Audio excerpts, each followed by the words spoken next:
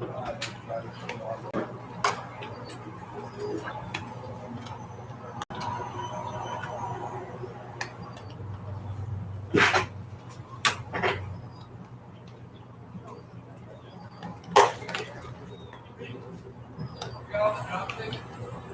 we need help.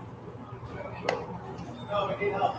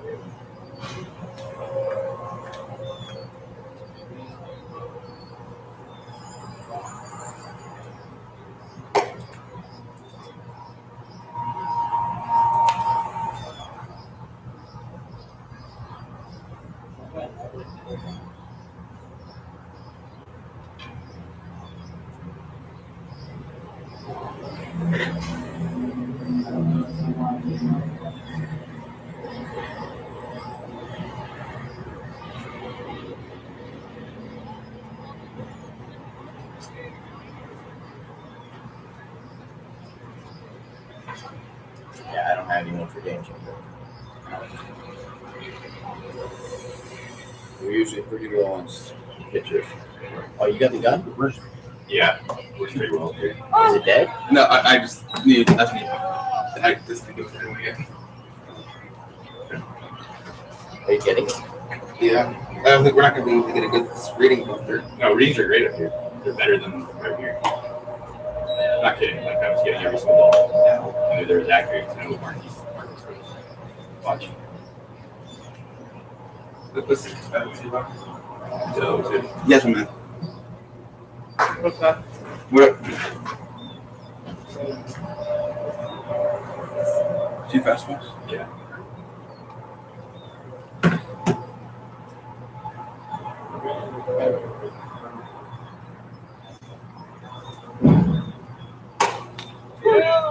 Strikeout looking for Sanders to start off the inning.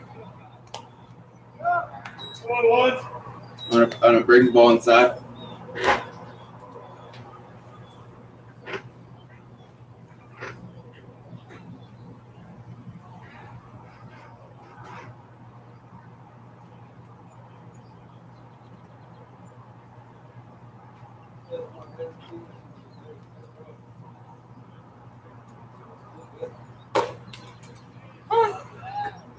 Strike one, fastball down the middle for Sanders.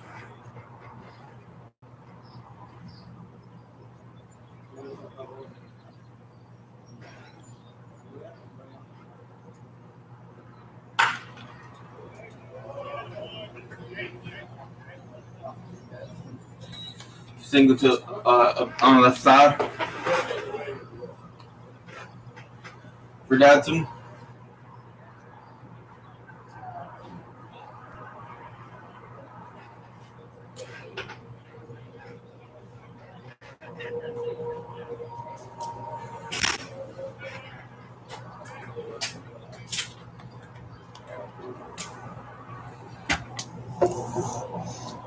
Welcome to Wild Things Park here. We are in the top of the first inning as Mark Sanders has struck the first man out and allowed a base knock to Brendan Datson as that brings up Colin Miner. Miner tied for the league lead in home runs with his teammate Josh Raywalt, who's on deck. Takes strike two, so 0-2 to Sanders. Good for him. He's been filling it up here as this is his solid his first start. all things considered, is roles are always shifting out here in the Yinzer Baseball Confederacy as players are moving all over the country. As that, and the world too, as that pitch is fouled away. We've already sent a guy to Switzerland. I believe that's in Europe. Geography, as we've discussed, not one of my strong suits. Neither counting. Anything other than baseball. As the count is 0-2, as the scoreboard makes that quite easy for me to figure out. We have the radar gun up here, Ty? Yeah. They're requesting it downstairs. The diving stop by Smybert on the ground ball from Minor. Takes a second to get up, but gets rid of it and is able to get the lead runner, Dadson, at second base. So great play over there at third base by James Smybert to save a base hit. But Colin Minor will reach on the fielder's choice. I don't think we should use it. Doesn't that scout still? Well, yeah, but it's bad for the battery. It's like a computer. Oh, don't set it on the charger. Jesus.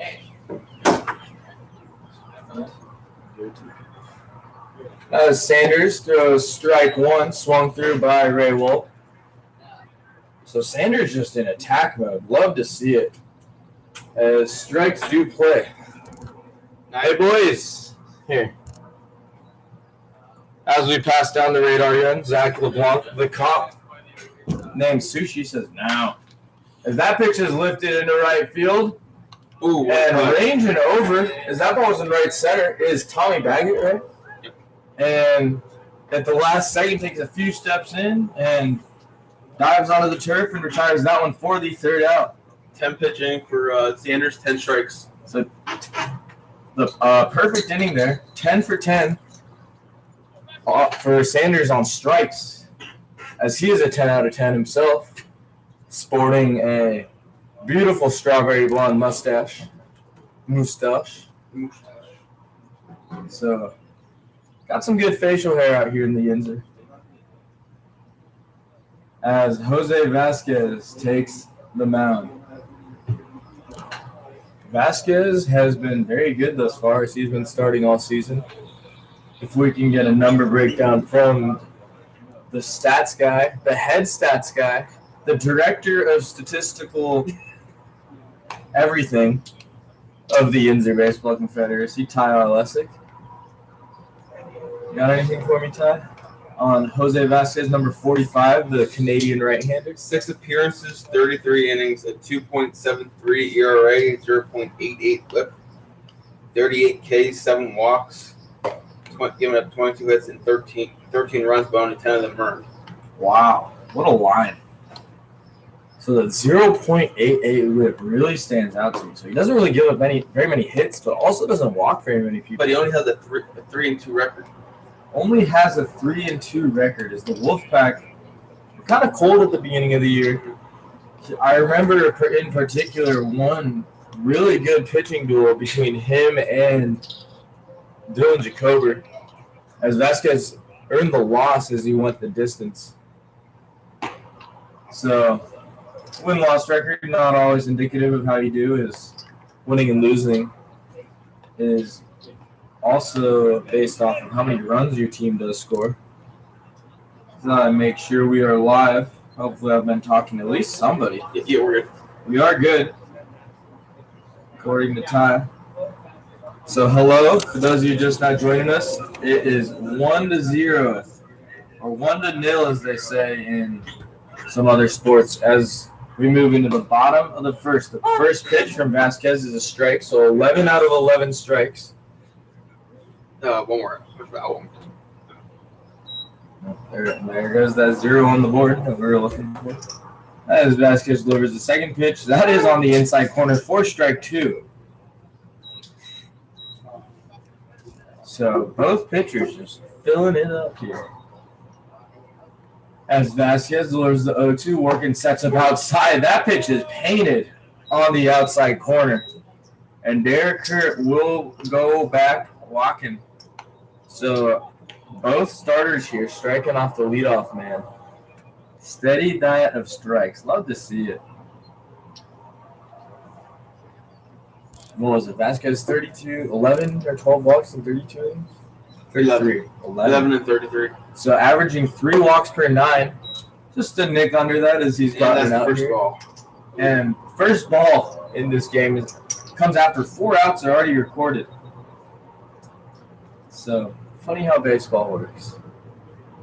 Sometimes you'll see 18 balls in a row, and that's 2 balls in a row. And other times, you won't even see one. No, that was just a phone and not the gun, as we were nervously making sure our most expensive piece of equipment out here is doing all right. As that pitch is lifted into left field by Smybert, ranging back is Myron Mabane, as he puts that one away for the second out of the inning. So throwing 2 balls eventually does not matter, as an out is still recorded on the opposite field line drive by Smybert back to the warning track. Still a good swing there, as how good your barrel is does not dictate what the result ends up being. That brings up another left-handed bat in number 34, Carson McCurdy. McCurdy takes strike 1 on the corner. So it looks to be a wide zone here from the umpire.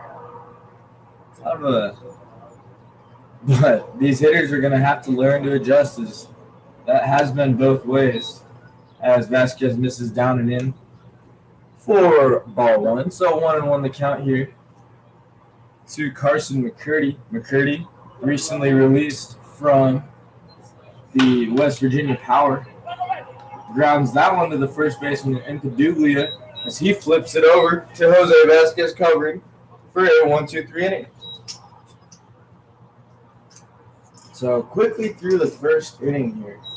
I believe we saw 3 balls combined on both sides. 19 pitches. 19 pitches. How do you subtract it? Yeah. As we figure out how to work the scoreboard here. So didn't really have a chance to introduce our starting lineups here for the Wolfpac or the Road Warriors, as Mark Sanders takes the walk out to the mound. I thought you had to manually enter menus, but it'll just go automatically. As we wait for that information from downstairs. It's in the other group chat. Oh, is there one that I'm not in? I guess so. No, you're in it. Am I? Yeah. Where is it? Oh, wrong one. So, Yeah, okay. Yeah. I'm not in. I'm no manager. I'm just here.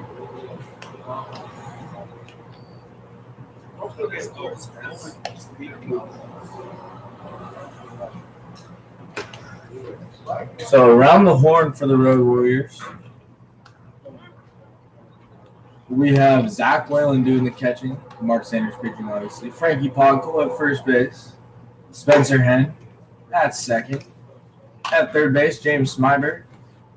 Short, we have Vita Sai, and left to right in the outfield, we have Nate Thompson in left, Derek Hurt in center, and who's that in right? I can't see. Who was that? And in right field, Oh, right field? Tommy Baggett. Yeah, time back. I knew that. Now up for the Wolfpac is Joe Paduglia. Sanders delivers his first pitch of the inning. That is right down the middle and driven right back up the middle to settle in for a base hit for Paduglia. So still a limiting pitch count, 11 for 11 now. As you know, quick base runners like that, not going to really end your day. You could still double them off. And Paduglia has stolen a few bases thus far.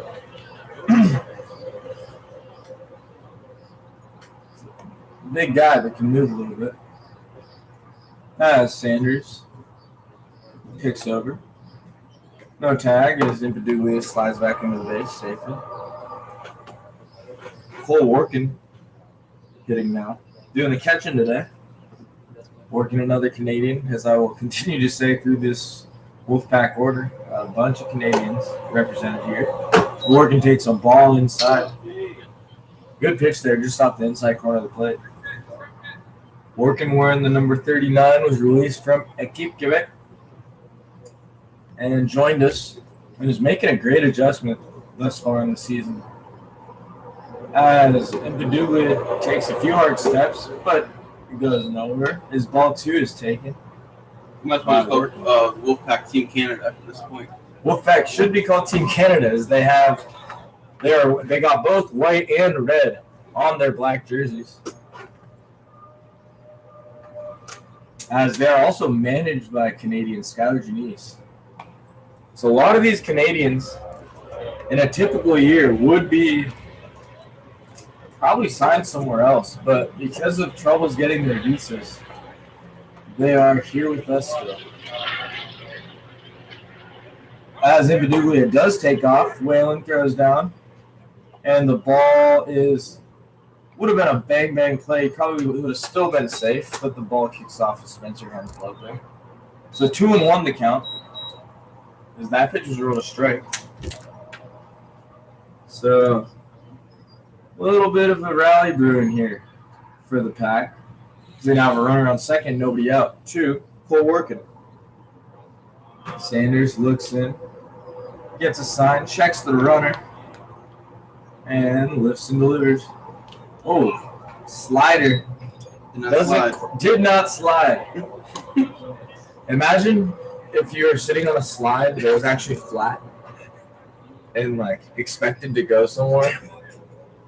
Okay, it's going to break. It's pretty much what happened for Working. He was hanging in there, waiting for that ball to spin back over the zone, and it spun right into his shoulder. So, Working will take first base. So, runners on first and second here for the left fielder, Myron Mabane. Mabane, a left-handed throwing, left-handed hitting left fielder, will watch Mark Sanders do a basket move and get the runner scampering back to second base. But no throw there, as Sanders prepares for the first pitch from Mabane. He lifts and delivers. That's another slider. Gets a ground ball to decide.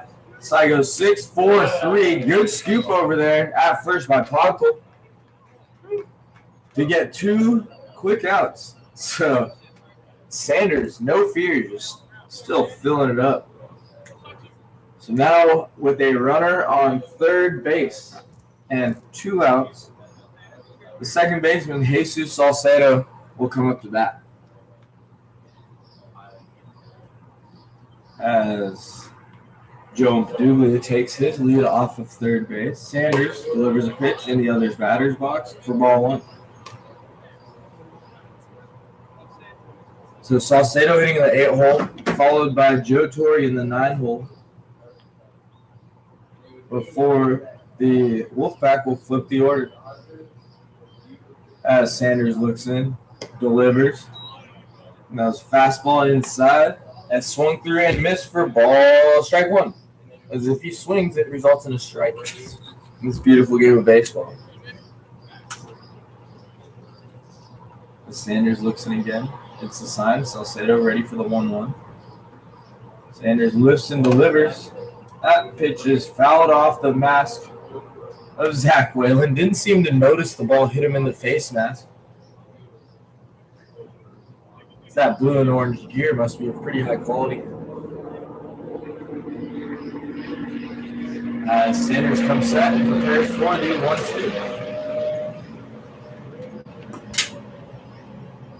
Sanders lifts and delivers. That pitch is a slider on the inside edge. Doesn't catch the inner part. To even the count at 2-2. Smart pitching here by Sanders, as he has shown the ability to just fill it up, but mixing it up a little bit here. To Salcedo, that fastball on the inner edge gets a strike swinging for strike 3. So Sanders, after allowing runners on first and second with nobody out, gets a ground ball double play and then strikes out Salcedo to retire the side. Great job by the Sandman. Marcus, as he is referred to. As Jose Vasquez will come out to do his second inning of work. It's a good start here. Love to watch good pitching, intelligent pitching. As that plays.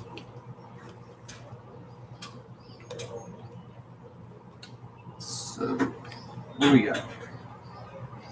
We have a game time temperature of 80 degrees here. It is 9:21 in the morning. We started this contest at 9. It's definitely going to get a lot warmer today. It is, look, the high for the day is like 84. It's going to feel like 50, it's going to feel like 5,000 degrees.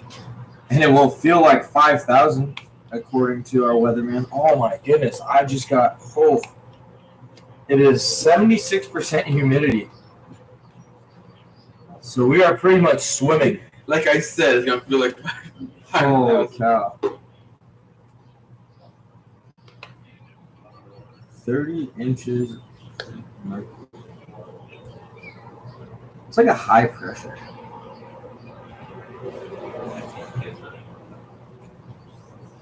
Mine's in like inches of mercury. We've got pretty much the same pressure as in Lake Havasu City, Oklahoma City, Kent, Washington.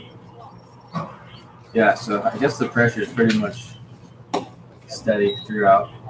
As ball one is taken by Frankie Podkel. So shout out to the baseball world for teaching me how to use the weather app, as I typically don't open that, as I believe the weatherman is as truthful as a lawyer. No offense. Thank you. As Vasquez delivers the 1-0 pitch inside to Podkel. So 2-0 to Podkel. Podkel played for the Joliet Slammers in 2019. Also played with us last year in the Yinzer and the Empire League, held here in September. Takes strike one.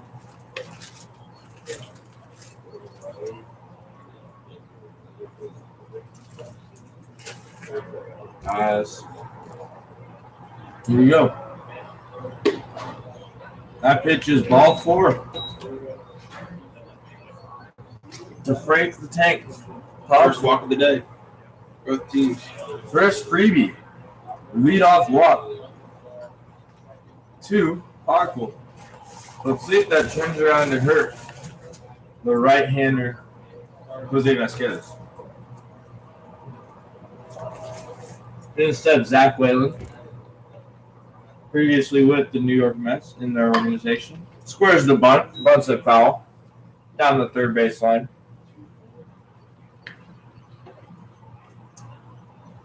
So Whalen will go to work now with an 0-1 count. Whalen's been hitting good this season. Oh. Been fun to watch. A lot of good talent out here. The catchers have been hitting a lot better than most catchers. We have a lot of really good offensive catchers out here. Some of them can play a little bit of defense, too. And that slider is taken for strike, too. Setting up away. Good pitch. Fastball on the outer edge is tipped back into the glove of Cole Workin, who has also been hitting a little bit. As that will bring up number 5, Spencer Hent, the second baseman. He was with Southern Illinois earlier this season. Stands in with 1 out to face Jose Vasquez. That pitch is outside for ball 1. So 1-0 here to Hent. Vasquez lifts and delivers, paints the outside edge for strike. Strike one. Wait, does that make sense? Is that a ball? Oh, well. One and one. It's 1-1 count either way. Yep. That pitch just misses down and away. Probably a hair low. Moving out to 2-1. So I hadn't seen it well, as all those have been right around the zone.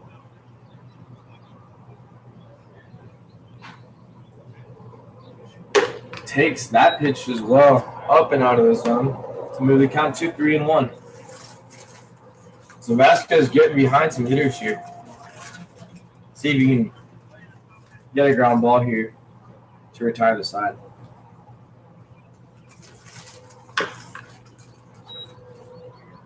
That pitch is fouled away on the third base line to fill the count up at 3-2. Falco, the corner infielder, probably not going anywhere. As we will see the 3-2 delivery.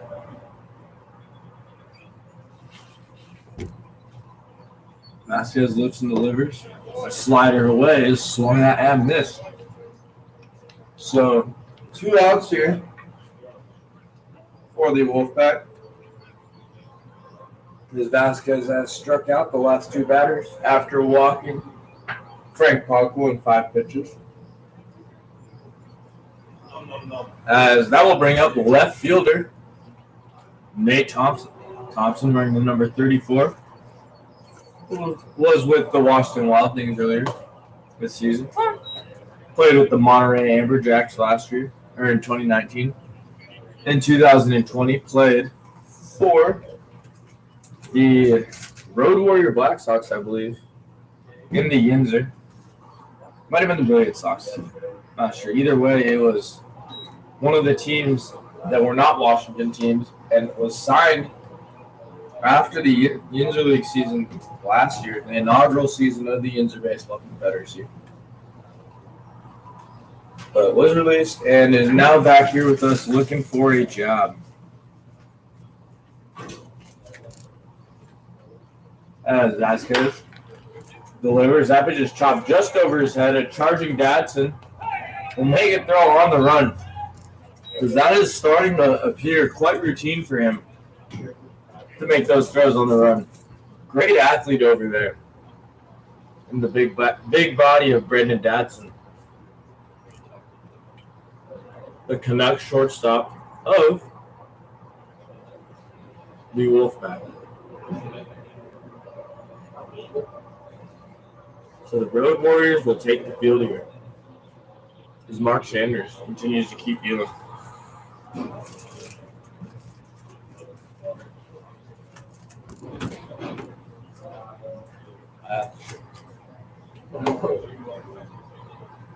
So Frank Podkul is stranded at first base.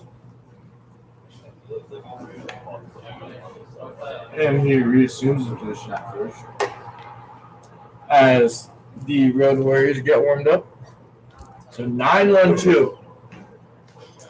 Torrey McDaniel Dadson here for the Wolfpac. Torrey, always a patient at bat. Let's see how he works against Sanders, who's been throwing it up.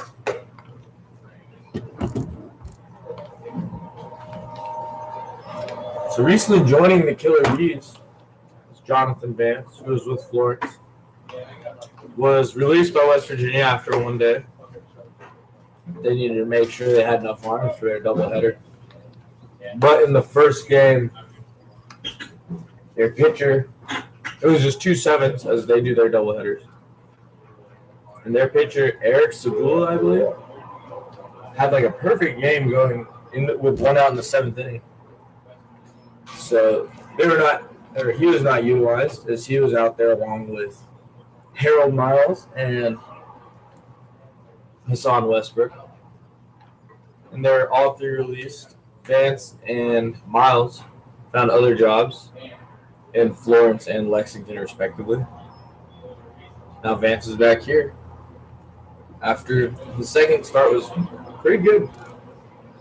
up there with Florence. So Joe Torre will stand in as he takes that first pitch pretty far over by his minivan, recently purchased, but hits pavement. So glad to see that ball didn't hit his car like a ball hit yesterday did. So Torre will go to work here with 0-1. So like I kind of hinted at, with Sanders throwing so many strikes, I figured Torre would be in attack mode, because that pitch is a slider off the plate away. So Whalen must have sensed that. Decided to go with something with a little wrinkle on it there, second pitch. But Sanders misses. And that pitch is down a little well struck by Torre into the left center field gap. But Derek Hurt drifting over retires that one.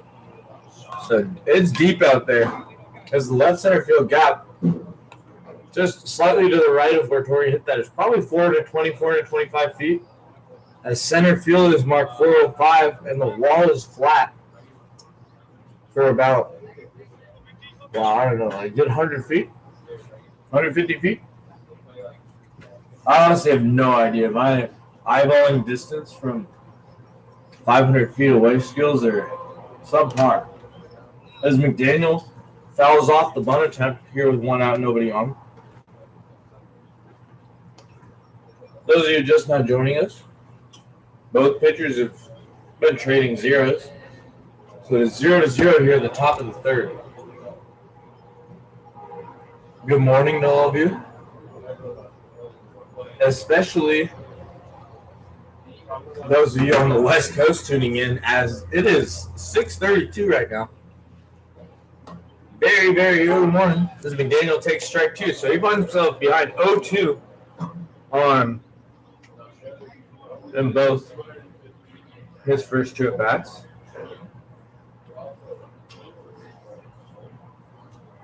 As we have a question, where can you access the stats?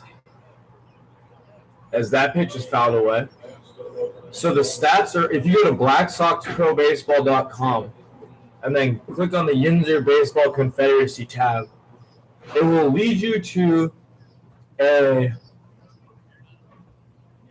Google Sheets spreadsheet where, what's the first tab? What will it automatically? That'd be the rosters. So the first tab is the rosters for the 4 teams in the Yinzer Baseball Confederacy.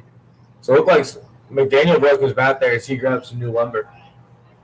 And then you go through the tabs, the different pages there on that sheet, and the stats, including advanced stats, for each of the teams are separate tabs. So I will put those directions into the comment section. Actually, should we just put that in the description of the YouTube page? So, hey, thank you to Running Late as McDaniel takes the first ball he's seen today up for the great question, as all of our stats and advanced stats are available. Leave us a comment when you do find it, as McDaniel strikes out looking on the pitch painted on the outside edge. What? That's the second time looking. I straight out looking on the day. So 2 backwards Ks on the ledger for McDaniel here in the third inning.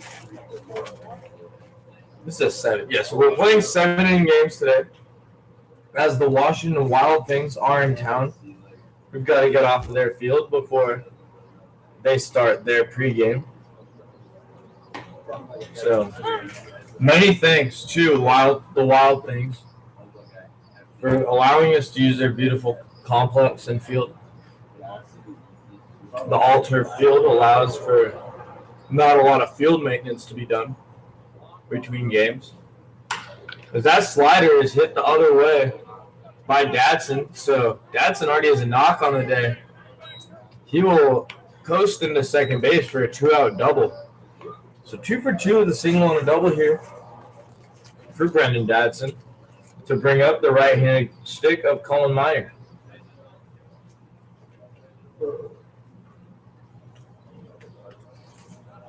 Like we said earlier, Minor and the guy hitting behind him, the left-handed Josh Rowell, are tied for the league lead hitting home runs. So here we go. First pitch, 2 outs, runner on second for Colin Minor. Great pitch there. At the knees, on the corner away. First strike 1. Sanders doing a great job locating here. Staying away from the middle of the plate. Getting ahead. His Datson's jumping around there. Similar spot there, just a hair further off the corner. For ball 1 from Sanders. As you do not want to make the third out after the Datsun likely staying put. As Sanders checks the runner. Lifts and delivers. That ball grounded to the third baseman, Smybert, who throws the ball across to an outreach. Frank Pogba. So 3 outs here. And the runner on second base, Brendan Datsun, after the 2-out double, is stranded just there. And we'll move into the bottom of the third inning as we are still in a 0-0 tie. Jose Vasquez jogs out to the mound, prepares to continue his outing here.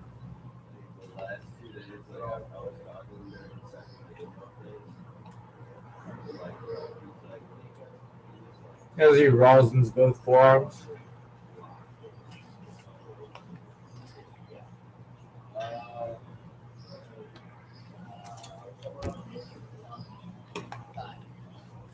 That's the outside edge. That's a great question. Could you say that louder for our people? Pitches. ¿Cuántos picheos, papi?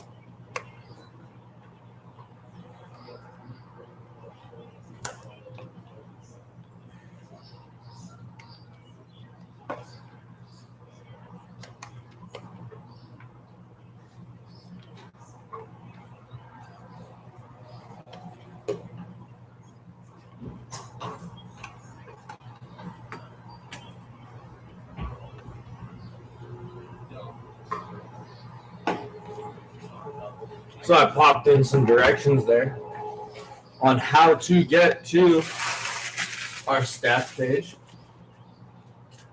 Found on BlackSoxProBaseball.com. We ain't for everybody.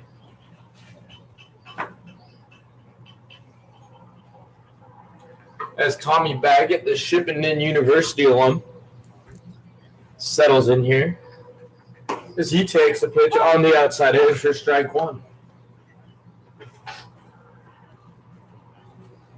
So 0-1 here to the right fielder, Tommy Two Bags. As he swings through that one, fouls it off into the catcher's mitt for strike 2. Baggett also in the Yinzer last year. It's quickly down 0-2. As Vasquez lifts and delivers a fastball just off the plate away. Great 0-2. Nice to expand the zone away. There's now that slider that starts on the corner and breaks away. Will look a little sweeter starting off. Ooh, but he goes the other way. He goes here in to Baggett. But Baggett able to get a piece of it, foul it off, and stay alive. So 1-2 to Tommy. So Vasquez comes set on the third base side of the rubber, lifts and delivers. Slider. Fouled off to keep the count at 1-2. So thank you, Mr. Rewalt, for confirming that our stream is up. Always good to get confirmation of our technical prowess, as Tyler Lesser's been setting up the show for us. As that pitch misses inside, Baggett turns to take it, but doesn't quite nick him. And he will see a 2-2 delivery from Jose Vasquez. Vasquez lifts and delivers. Slider, fouled off down the third base line. So Baggett doing a really good job of fighting off pitches. He's been seeing it. Well, looking to get hot. It's long at bat. Seeing more pitches gets you deeper and deeper into your season. Will set you up nicely for later on in the year. As Vasquez fires, that pitch is on the inside edge.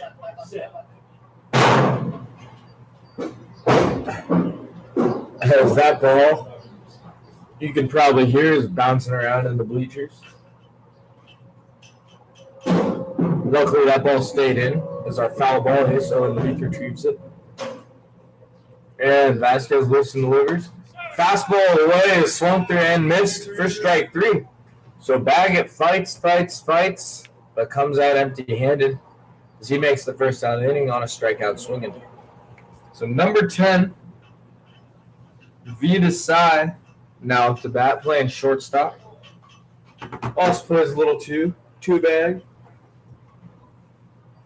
So obviously throws right, hits left. And Vasquez lifts and delivers.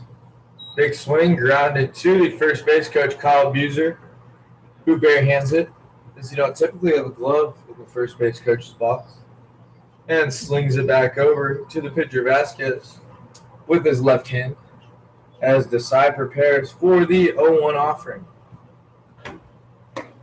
Change up there from Vasquez, swung through and missed to move the count to 0-2. So 0-2 count to V Desai. Way above Desai was recently with the Gary Railcats. Gets ready for the 0-2. That pitch is taken on the inside edge. First strike 3. So probably wasn't looking for a heater there. As Vasquez has good running action on his fastball as well. That pitch started off the plate in and broke to the corner. Catches just enough of the inside corner to get our umpire here to ring up the side. So 2 outs now. 2. Center fielder Derek Hurt. Derek Hurt, who formerly played in the USPBL in Michigan, which is they only play on the weekends. So very limited games, a very tough league for hitters. As you get in a rhythm by getting to see pitching on a regular basis, like they do out here in the Yinzer Baseball Confederacy. As Derek Hurt has been an everyday player for the first time. Even if you play every single game for your team in the USPBL, you're really not getting, daily at-bats like you would in a league like this. Oh, yeah. As that pitch is taken on the outside corner to move the count to 1-2. Very liberal strike zone on the outer edge. As Vasquez comes set, lifts and delivers, working, sets up away again, and Hurt chops that breaking ball and goes over to first base. As first baseman, left-handed bat and thrower, Joe Paduglia, goes into pretty much the splits there. As he is pretty built, but he's not very tall, so you got to do some other things well over there at first, as that is one of the only positions you can play as a left-handed thrower. First base, outfield, and pitching. All you can do is a lefty. But we are ever so valued. It's always a great day to be a lefty.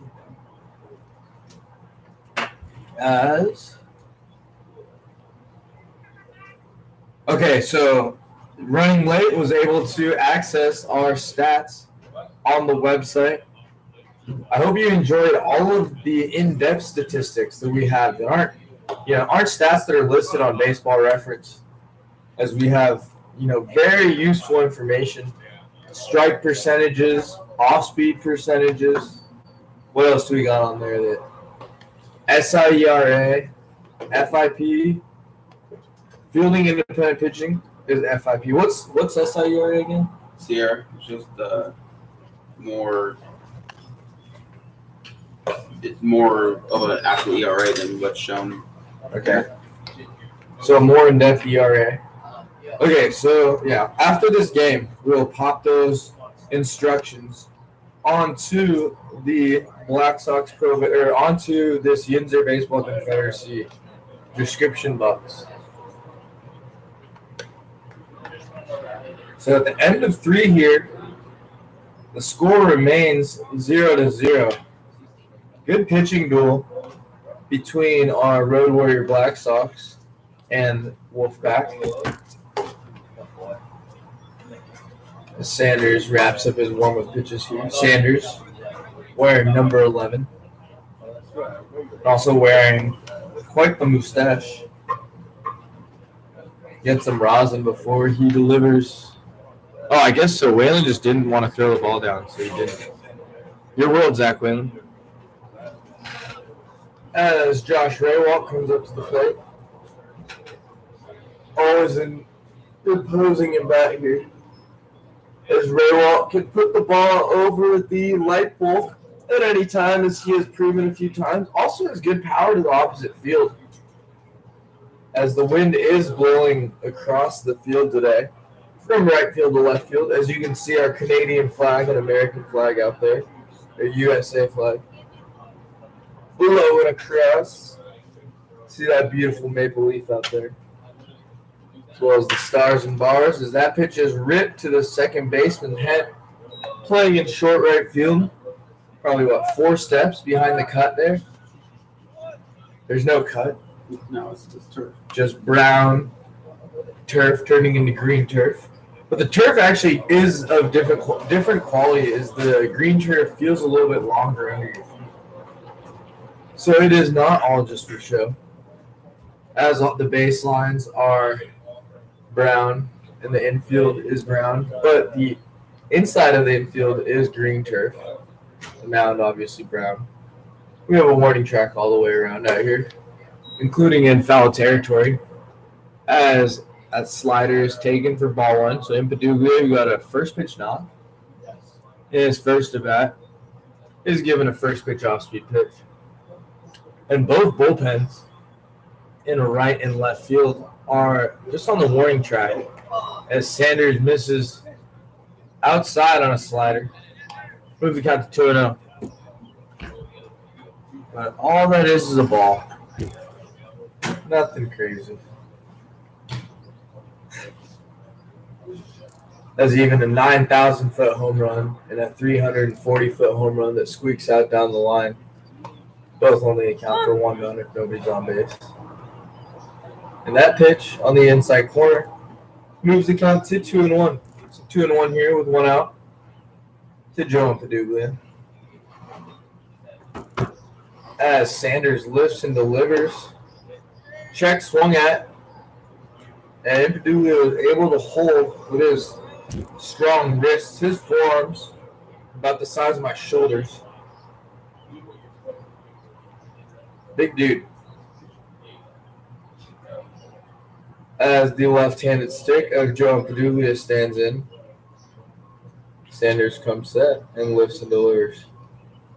That pitch catches a lot of the middle, catches a lot of barrel, as it is put over the batting cages in right center field, as Paduglia will make a lap around the bases. So 1 out home run here for Joe Paduglia on the 4th hit of the ballgame for the Wolfpac. And the Wolfpac are on the board, 1-0 pack, thanks to Joe Paduglia. So 375 is the sign out there in right center. That ball must have gone, 395? 400 feet? We're going to say a minimum of 395. We'll call it 398. 398. Give him something to look forward to if he hits it over the center field wall. We'll definitely have to roll that one 400 feet. So our eyeball tape measure. Something I've already admitted is pretty not good.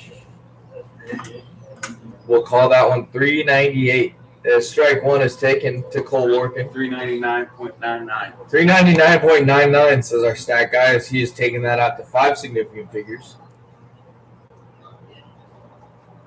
As Workin takes strike 1 to even the count at 1-1. Sanders lifts and delivers. That pitch is down the middle and lifted into center field. And leaping is Derek Curry. He's just ranging over. That ball probably carried pretty good. That ball was honestly touched by Workin. Scorched stadium. Ball was torched. As Myron Remain comes back. Thank you guys all for tuning in. I know it is awfully early in the morning for all of you guys.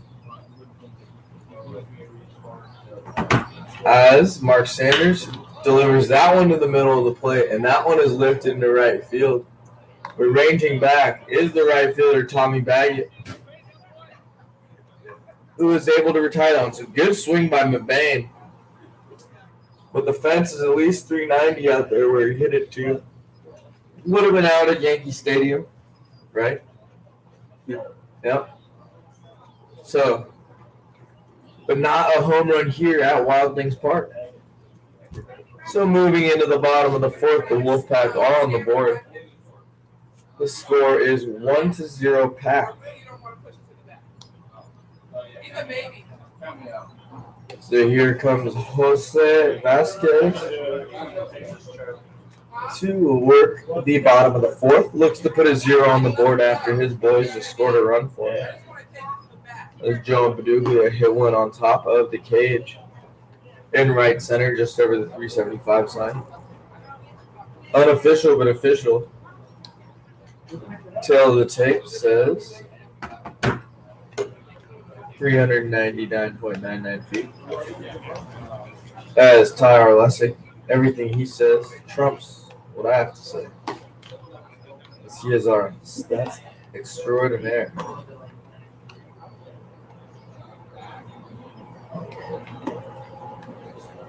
So it is warming up out here. Super muggy day. As you can kind of see blue through the clouds, but it is also just cloudy looking. The air is heavy out here at Wild Things Park. It was a sweaty day for the boys on the field. Nobody working harder than Jose Vasquez. 3-0 so far. Looks to get another, as his boys just scored a run for him.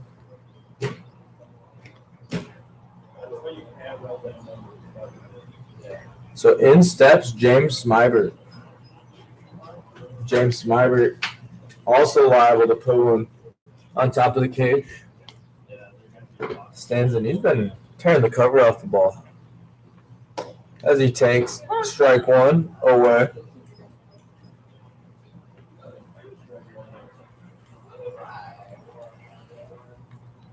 As Vasquez comes set, lifts and delivers. Pitches inside and down for ball one. So 1-1 the count here to James Smybert, which means smooth beard in Scotland. As that pitch is check swung at and taken off the plate away for ball two. So 2-1 to number 44, the third baseman Smybert. Rumor has it he also plays shortstop. He takes ball 3-1 to James.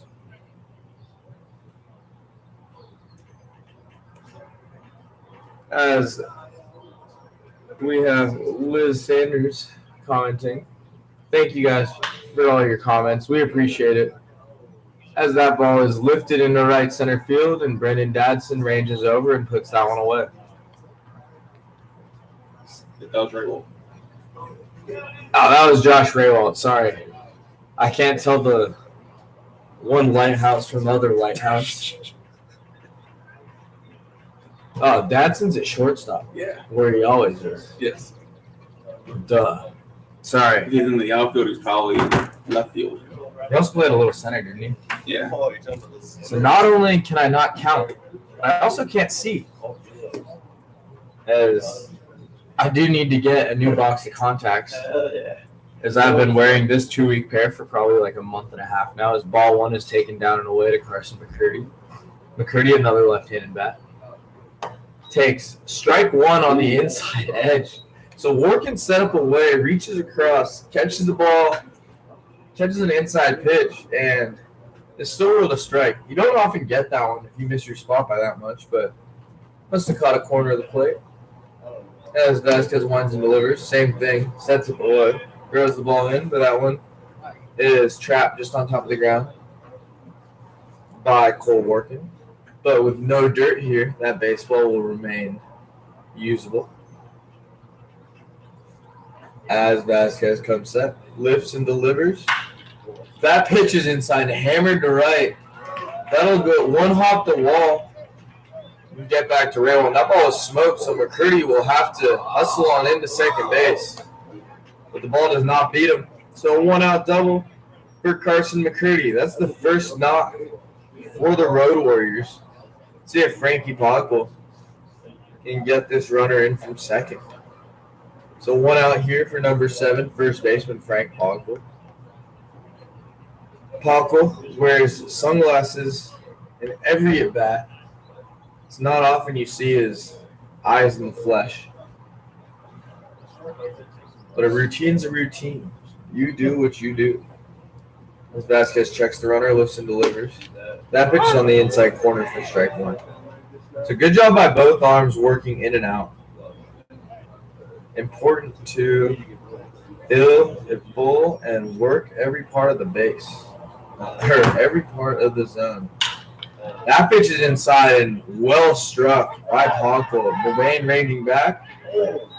Wow, what a play by Mobane as he drifts back and jumps, catches the ball, and runs into the wall. So no fear of the chain link fence behind the Colusi Chevrolet sign out there in left field.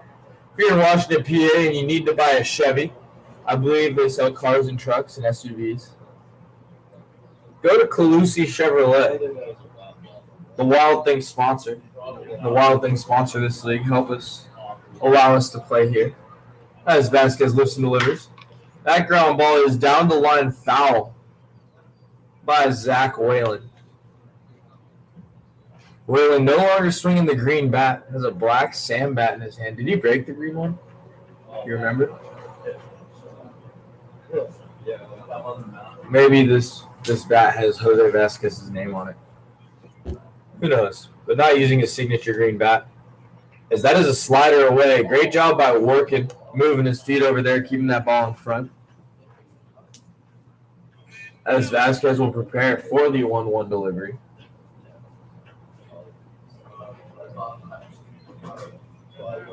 So 2 outs here. Carson McCurdy taking his lead off at second base. As Vasquez takes a while getting his signs, working is likely going through multiple signals to ensure that Carson McCurdy is not stealing the signs. So as we've discussed before, stealing the signs with a runner on second base is entirely different than using video cameras. As McCurdy takes off on the leg whip, no contest. McCurdy had a great jump. So McCurdy, a first baseman, it's not a guy you're normally worried about stealing bases, but guys like that, if their heads up, can snag bags. As pitchers take however long they want going to home plate. That pitch is taken for a strike by Whalen, but now he has McCurdy 90 feet away. Oh, yeah. Oh, ooh. So good pitch on the outer edge, but that one rolled just off a ball. Moves the count to 2-2. That's been called earlier today, but with less than 2 strikes. As McCurdy will take his lead off third base. And Whalen takes another ball, so 3-2 the count with Big Mac at third base. And Whalen will prepare for the 3-2 if he finds his way aboard. That pitch is taken up and in for ball 4 to bring up second baseman Spencer Henn. An RBI opportunity here for Spencer Henn with runners at the corners. And 2 outs. So the Road Warriors extending this inning. As McCurdy's stolen bag caught Vasquez sleeping. One hopper right to Dadson on the first pitch as he flips to the second baseman Salcedo covering.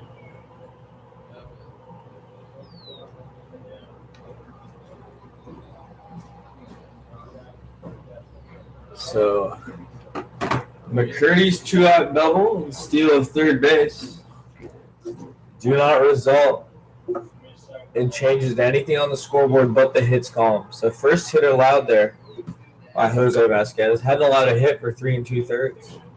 So Carson McCurdy had his second at bat. And out comes Mark Sanders to keep working. Sanders from Alvin, Texas. Has been with us since the PA camp. Is he in Florida? We don't know. He was definitely in the PA camp. As the converted position player, I believe he was mainly a third baseman, has been continuing to evolve and grow as a pitcher.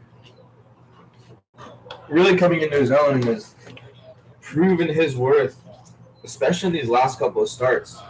Whenever guys start, you get to see them over a few times through the lineup instead of, the one or two that you get in a relief appearance. It's kind of a different ballgame. It becomes more of a chess match, especially over the course of a season.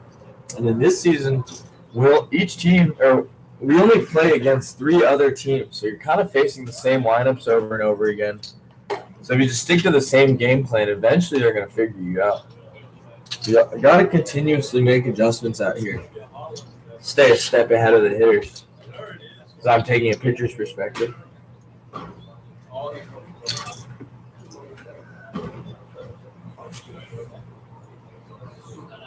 So now in steps Jesus Salcedo. Salcedo hitting in the 8 hole.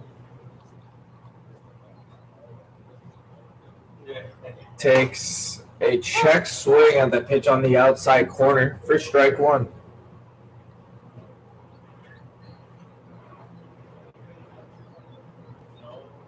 So Sanders prepares to deliver the 1-0. Ooh, that hit him? No. That pitch was on the inside edge. I thought I heard it graze his elbow guard. But Salcedo stayed in the box, didn't move a muscle. Didn't try and sell it all. To take another one he takes. Move the count to 2-1.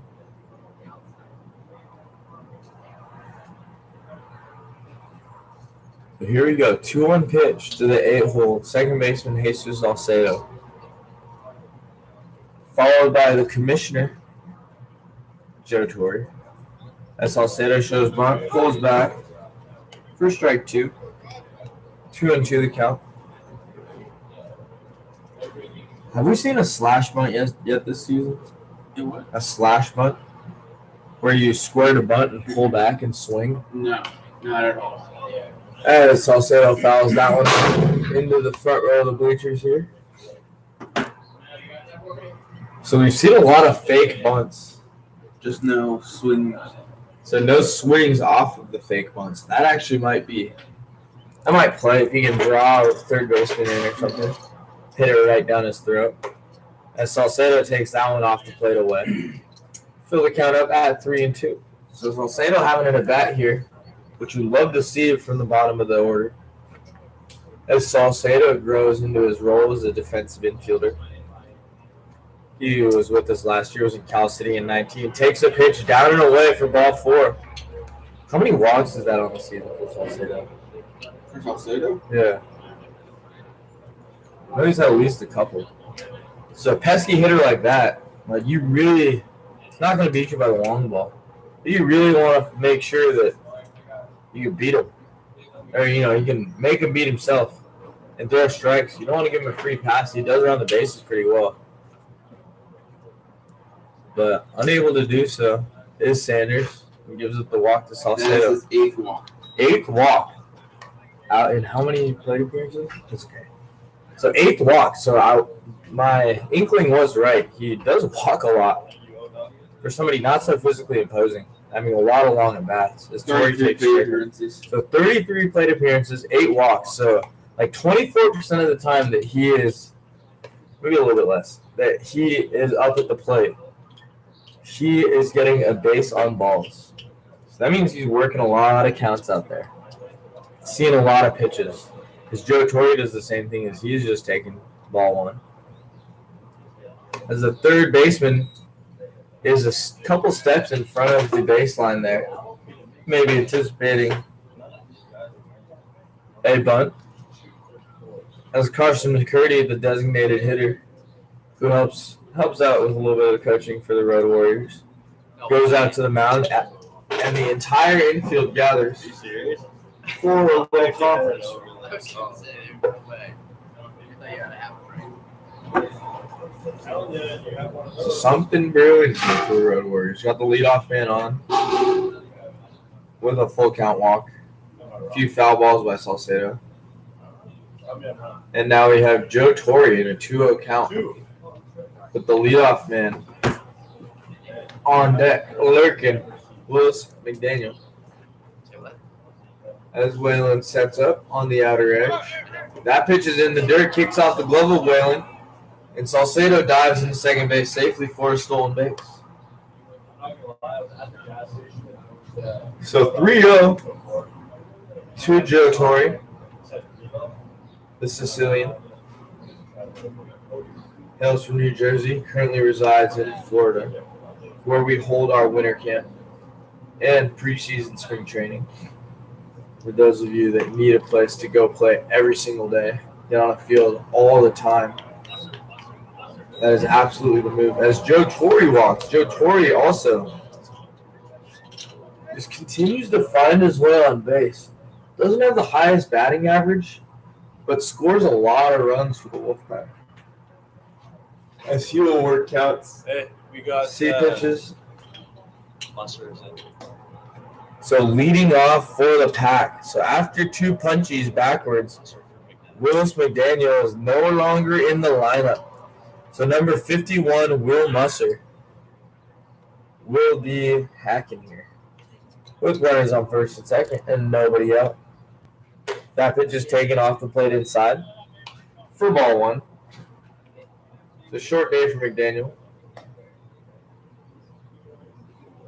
As Will Musser is up.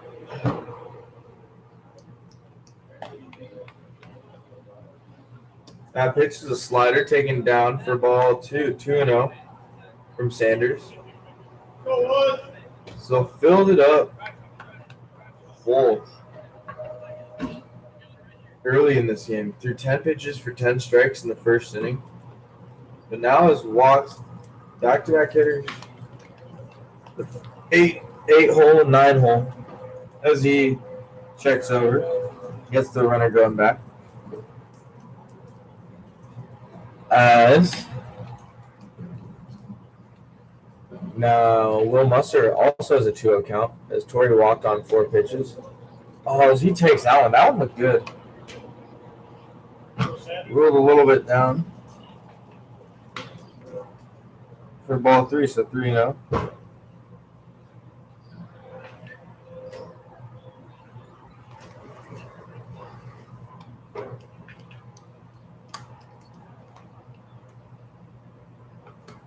As Sanders delivers ball 4, so 8 balls in a row. As we see Eric Morel getting loose in the Road Warrior bullpen. And Zach Whalen goes out to have a word with Sanders. So Whalen walks up the mound with Mark.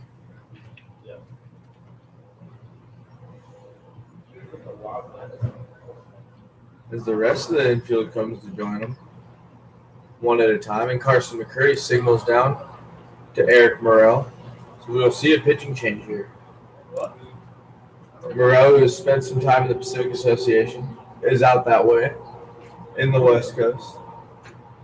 He's also played, I think he plays with Gary at one point. Let's go check.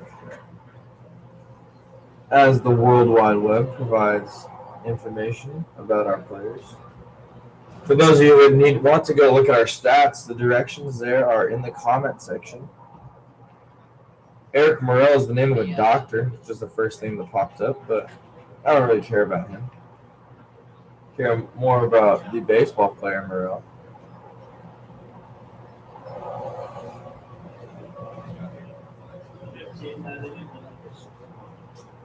Let's see.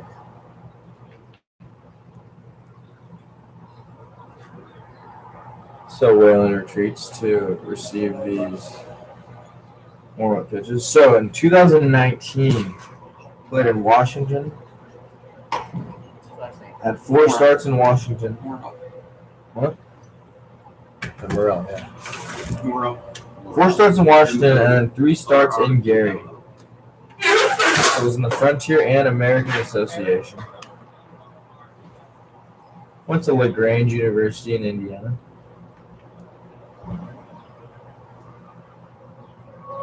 LaGrange is in Georgia. Sorry. Geography again. Geography. So my report card looking worse and worse. So I got an F in geography. A D- in counting. If it wasn't for the scoreboard, I'd have an F. What else am I bad at? Seeing. My visual acuity, poor. I can blame that one on genetics. The rest of it's really just on me. Both my mother and my father do have bad eyes. My dad's had LASIK twice. Good morning, America. As looks like we have a news segment happening downstairs. As all the pitchers are sitting down here working hard. With the gun, the charts, game changer. Some of them just looking good. Some of them getting foul balls for us. As soon as I said looking good, Zach LeBlanc whipped his head around. So I believe he's got his spidey senses on. There haven't been that many foul balls today. Not a lot of foul balls. But whenever they are, the staff is ready. So we are foul ball hawks out here in the Interbaseball Confederacy. As we will play as many games and as many innings as the baseballs and the pitching allows. I wouldn't be surprised if we had the pitching for it. Joe Torre might run some triple headers. Have 3 different games starting at like 5 a.m. with sunrise first pitch action. As he will do anything to get games in. Love that about him. We're all here for one reason and one reason only, and that is to play baseball. So with the bases loaded, Brendan Dadson, the Wolfpac shortstop, will go to work. No outs here. So great first 4 innings by Sanders, but ran into some issues here in the top of the 5th as he walked the bases loaded. But Eric Morrell fires in strike 1 as that one is fouled off by the left-handed Dadson. And he gets the sign for the second pitch of his ball game here. As he lifts and delivers, that pitch gets a lot of the middle of the plate, lifted over the head of the left fielder Thompson. Salcedo tagging. Oh, scores. And Joe Torre right behind him. As Will Mustard was honestly dead to rights there at third base. But Smybert misses the ball. And the ball gets by the third baseman. So the runner from first almost hosed at third. But does not happen. As the third base coach and manager for the Wolfpac, Janice ensures that Mustard didn't hurt himself on the slide. Mustard indicates he's fine. He's just fixing his pants, making sure his pants are evenly pulled up, as he always wears his socks up. As that brings up Colin Miner here with runners on second and third. Oh, Miner hits a line drive up the middle, just inches out of reach of the second baseman, Spencer Henn. And heads of base running by Miner as he pulls into second base as the throw goes into the cutoff man. Pulls him offline. So a double by Miner to bring in 2, so we can close the book now on Mark Sanders. See, there was only 1 run on the board when he came out of the game. But all 3 runners that he had on base have now scored. So 4 runs charged to his credit in 5 innings. All earned. As the home run and then the 3 walks were the only base runners he allowed that came in to score.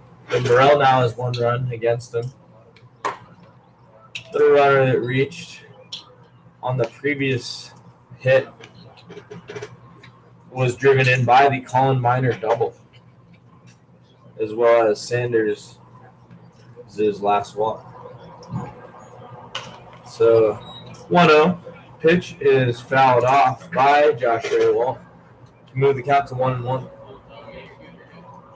So 5-0 the score here after the Wolfpack scored 1 in the fourth on the Impaduglia solo shot and 4 here in the top of the fifth after the bases were loaded and unloaded.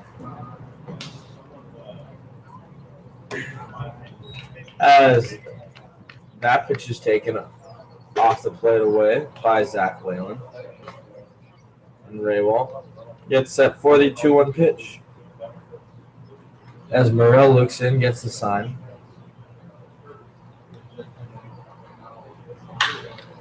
And that pitch is crushed down the line. Foul.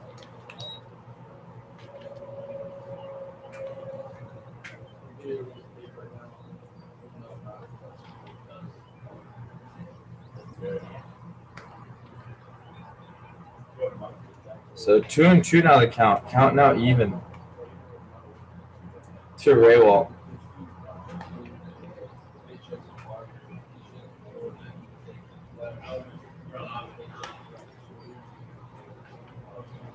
So Raywall prepares for the 2-2.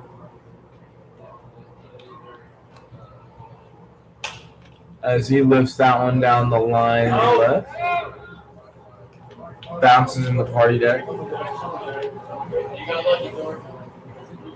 And the count will remain 2-2. So 2-2 count here.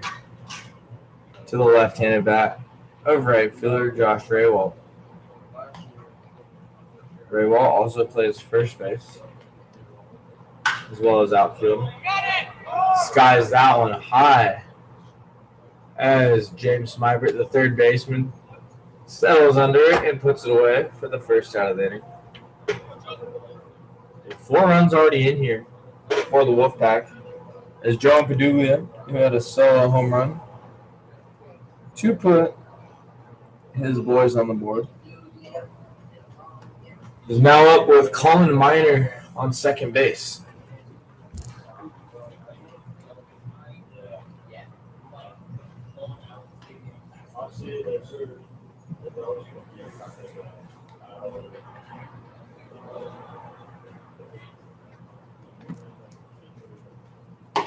So that pitch is a fastball on the inside edge. Here's strike one. So Morrell continuing to work here as he gets back into his season. As this is, I believe, his second or third appearance on the season as he continues to get himself ready for longer appearances.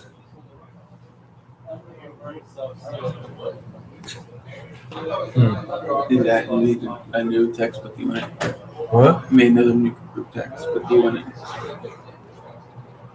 So playing a little bit of tug of war on group text. Oh, as that pitch gets by Zach Whalen, and he was unable to find it. As it looked as if he gloved it, and he stayed there as if he had.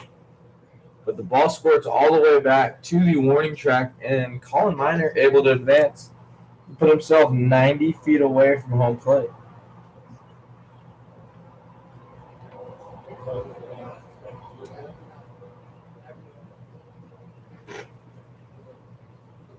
So here we go.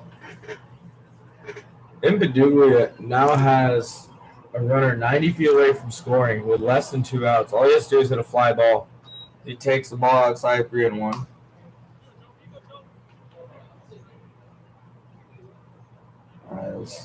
That would play.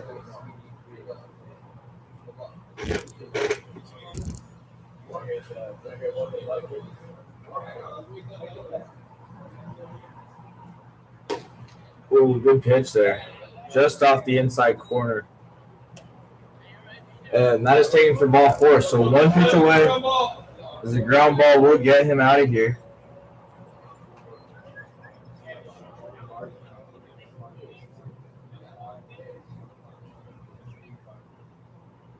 As that'll bring up Cole Working.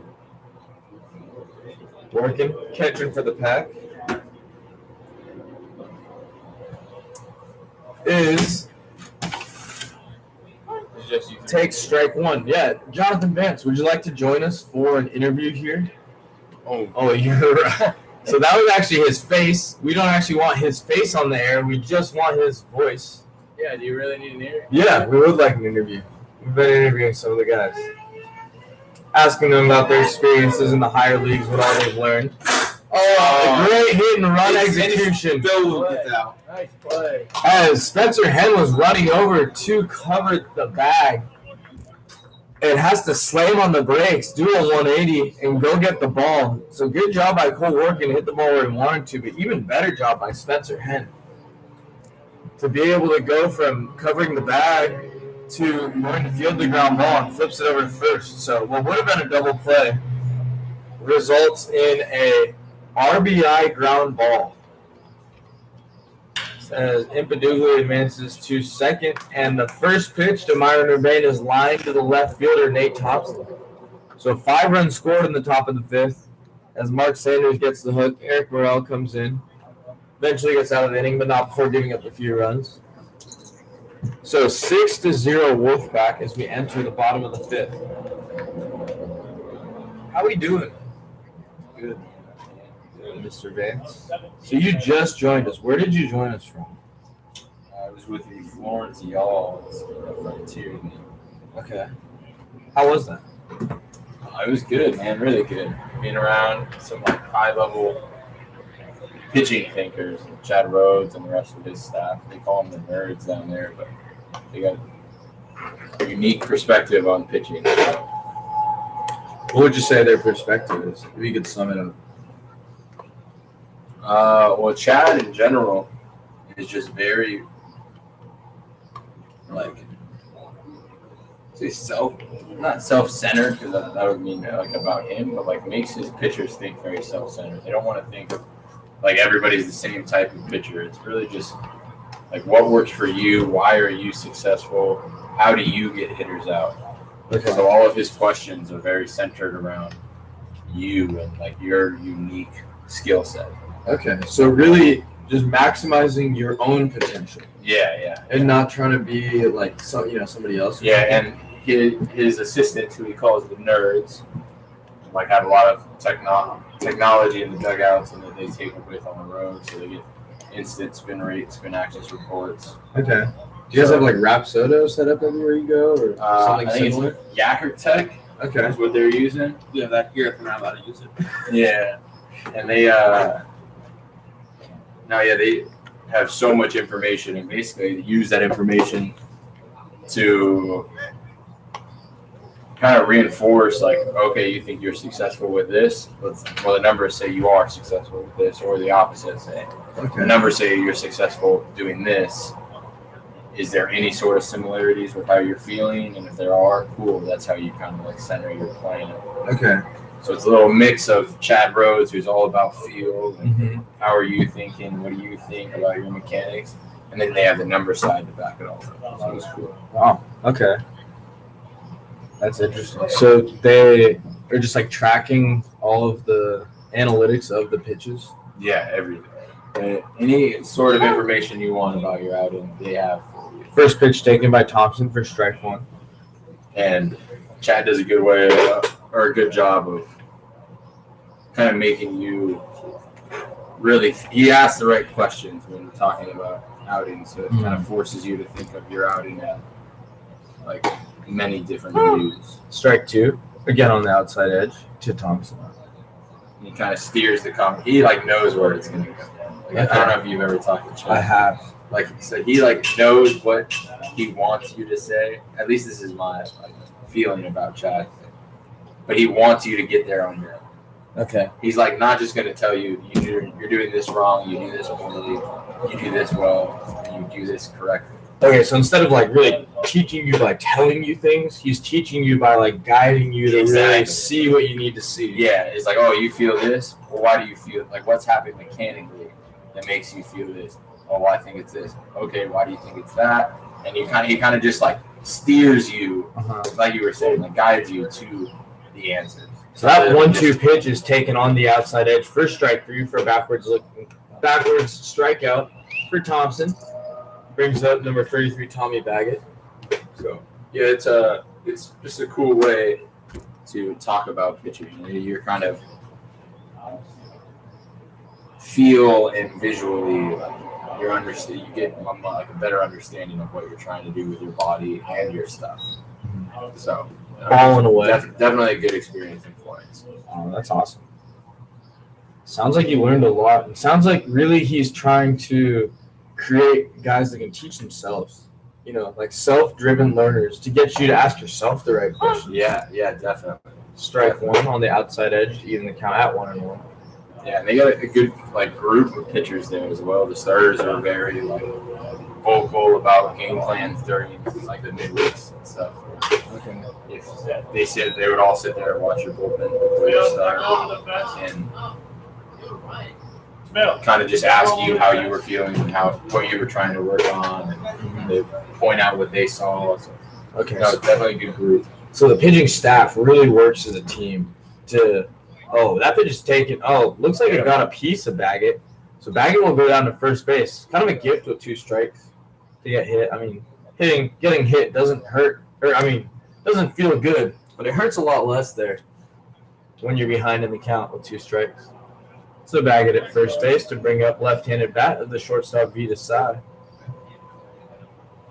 So the culture, they've cultivated a good culture out there. Definitely.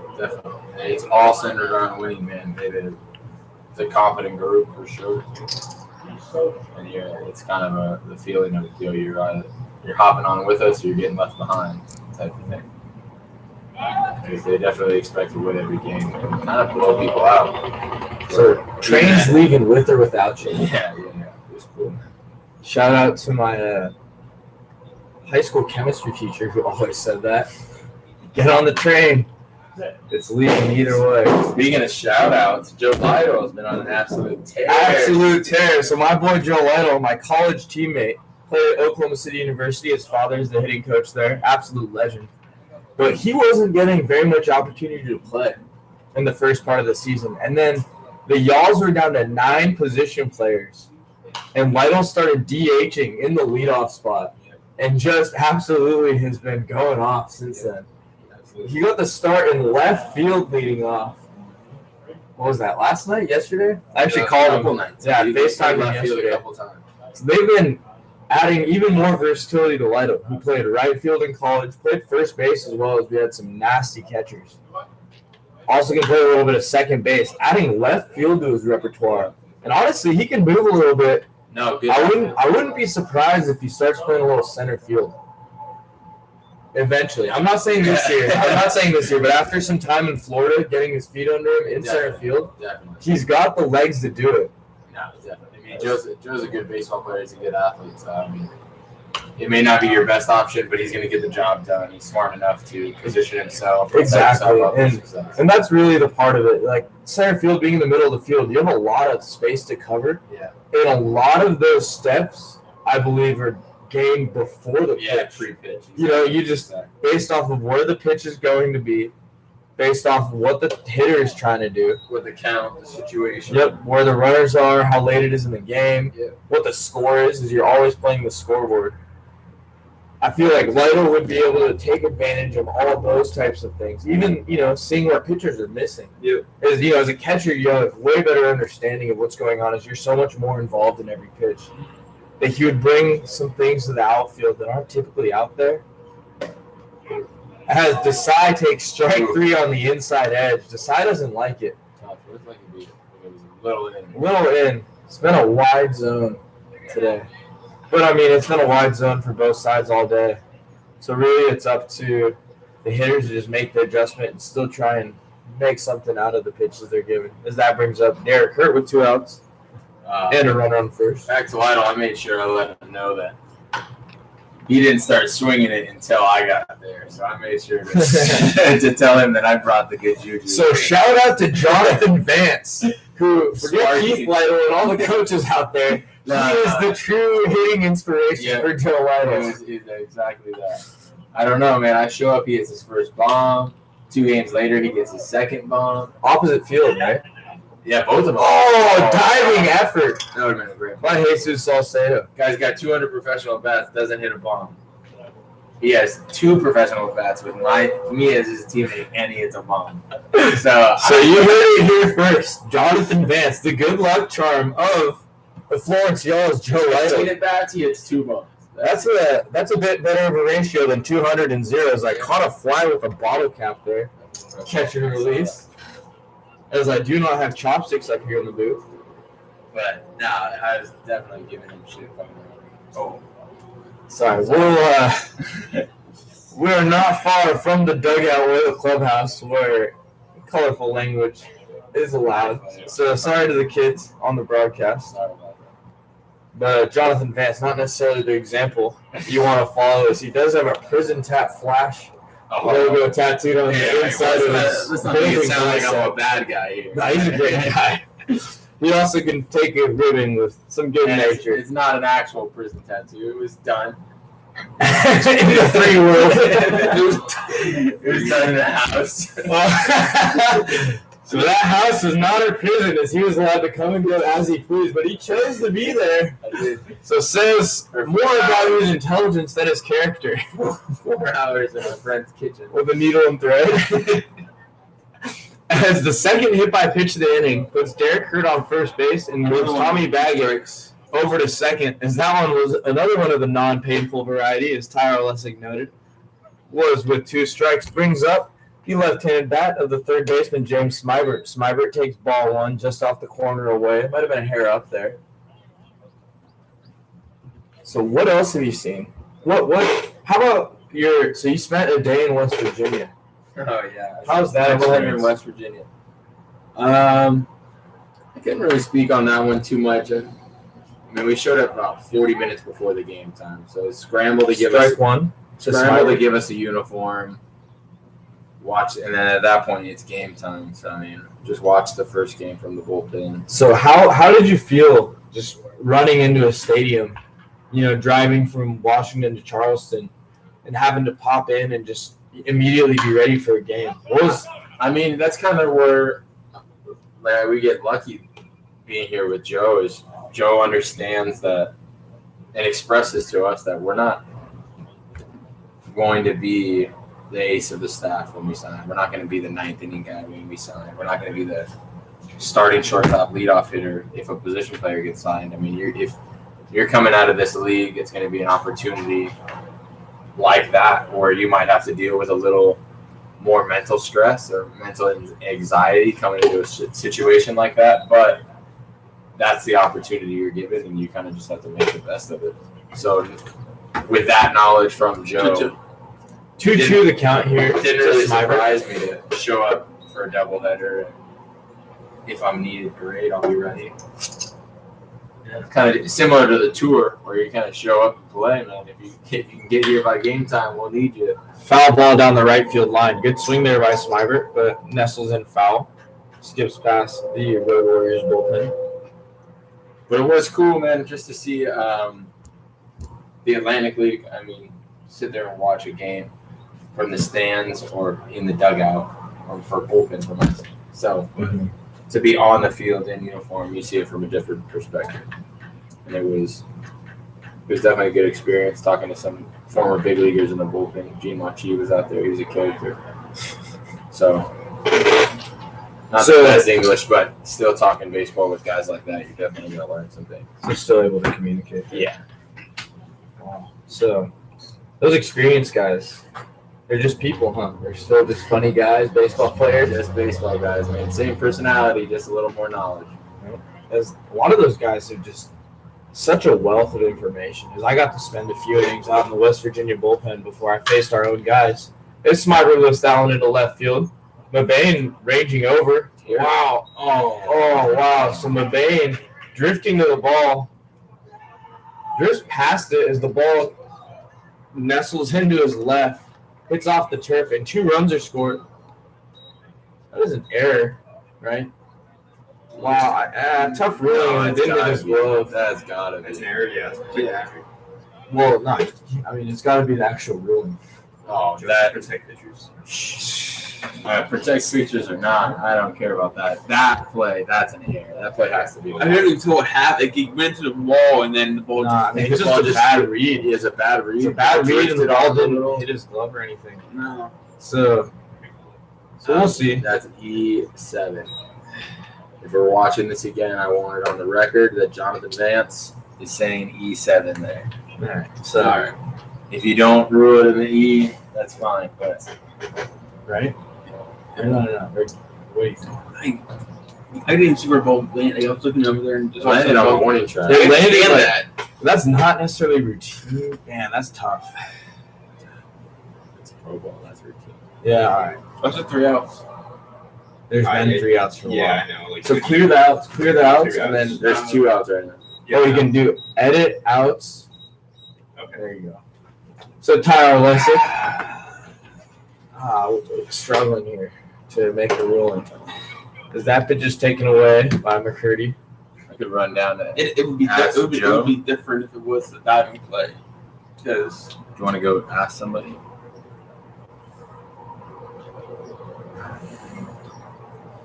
Joe's on the field. yeah. I think honestly, I think we can rule out an error. Okay. If that pitch is another one well struck over the head of center fielder. Oh wow! So Carson McCurdy hits the ball. That had to have been 427 feet up there. See, and I'm also going to say that has to be ruled because that would have been the 3rd out. Yeah. Oh yeah. So these runs unearned. Unearned, man. He should be out of this inning. He should be out of this inning. So Carson McCurdy takes the first And if pitch you're he going to rule sees that over again, the you'd be giving line. him 4 earned. No way, he does not deserve that. But that means that's the second unearned home run of the season. That's tough. So an unearned run is when you replay the inning with no errors. All the runs that score after the 3rd out on the replayed inning are counted as unearned. So say Vasquez gives up 10 home runs in a row right here, all those runs would be unearned, as he would be already out of this inning if it weren't for the error in left field by Myron Mabane. Smyber is a hit, not an error, boys, from the manager of the Wolfpac. So I think so. It's not an error here. 1 and left. Yep, that's not an error. That's not an error. It's from the manager. Yep. So the manager has overruled the upstairs, as we have asked. Oh, we have. As I will also be vacating. So thank you to John Vance. Myron Mabane rating over to the left. That will nestle in and bounce over. Thanks So- for having me on here, Of man. course, thank you. Appreciate it. I'll be back to. Yeah, we will see that clip. So we're gonna start cutting out those interviews and posting those as separate videos to be able to, share a little bit of knowledge. Wish I would have known that before. But no pressure. That was a brilliant interview. You shared so much information of all the experience you gained other places. Same guy on and off the air. So thank you to John Vance. the air off. Good. There. Yeah, take the air. Yeah, Okay, let's fix that. Yeah, here, I got you. So you're gonna go edit, Error. Yeah, I tried that. and then 0. and then enter. That's why that didn't work. And you gotta enter. Start or enter.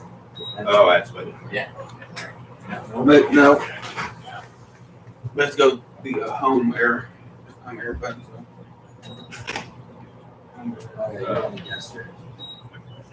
So we are up here dominating the scoreboard as it is important to dominate every aspect of the game.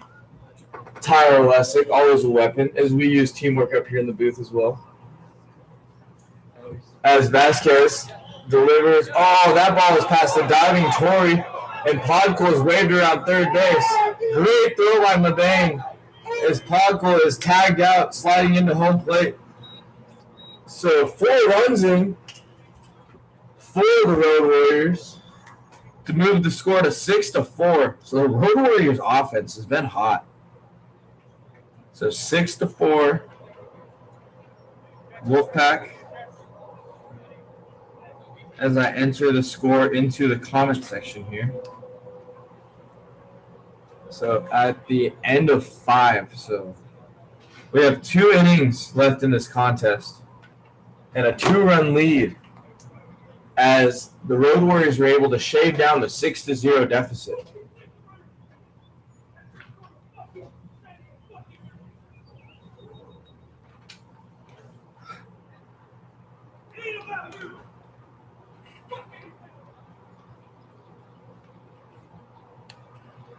As likely that throw to the plate was celebrated by the left fielder as he hosed the runner, but not after giving up the error on what should have been the 3rd out of the inning.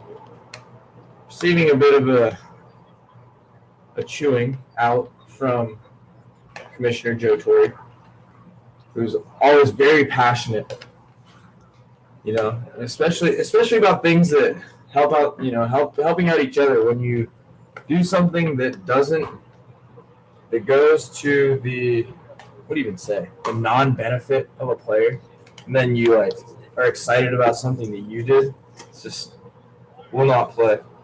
So a learning moment there for the entire Wolfpac dugout. As there's always something to learn when Joe Torre is going on a rant or saying something. I mean, just so many years of baseball experience. As Morrell warms up, we have Alex Nielsen, number 8, warming up in the Road Warrior bullpen. Looks like we got some movement in the Wolfpac bullpen as well. As Whalen throws the ball down to second base. And the Road Warriors throw the ball around, return the ball to Eric Morrell, as that brings up Jesus Salcedo.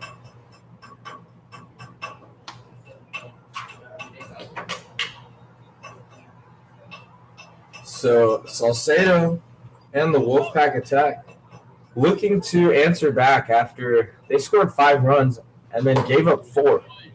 So a 2-run ball game here, 6-4, as Eric Morrell fires in the first pitch for strike 1.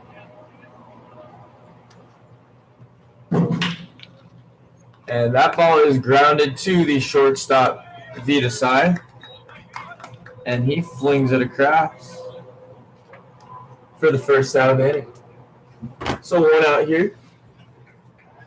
As the second baseman, Salcedo grounds out 6-3.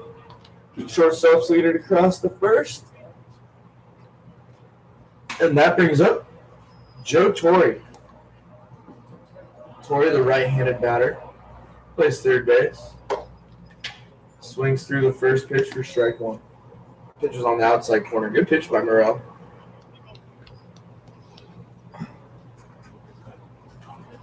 So, second pitch to Torre. Offers bunt, pops it foul. As Torre shows bunt quite a lot. Keeps the infielders honest.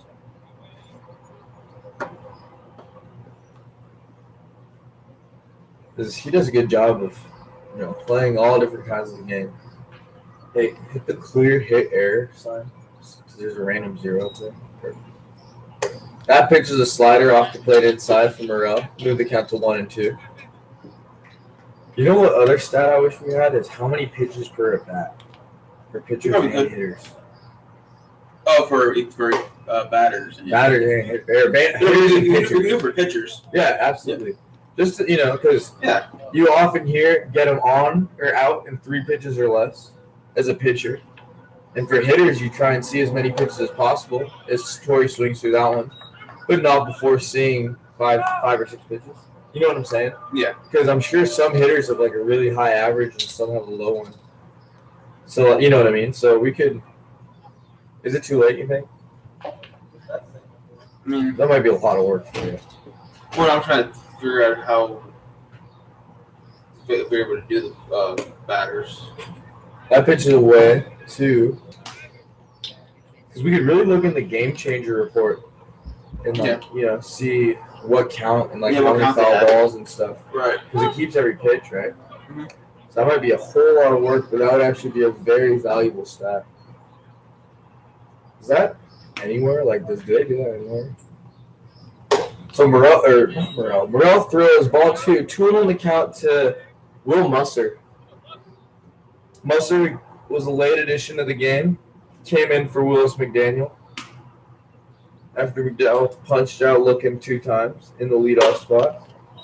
Musser walked on 4 pitches in his first at bat and is looking to walk again as he is in the driver's seat here, 3-1 against Eric Morrell.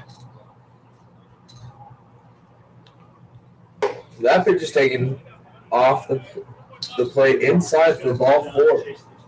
So a 5-pitch walk to Will Musser with 2 outs here. Brings up number 60, Brendan Datson. Oh, no, you got it. Yeah, here. Pitches team per at bat Oh, so we do have a pitches seen for for the game. just for the game. And then we can see how many are per plate appearances. So then we can multiply that by the number of plate appearances they have and then do like a weighted average. Yeah. So very doable, especially in our game changer games. And we have every pitch for the computer games too, right? The ones that you kept in the computer log.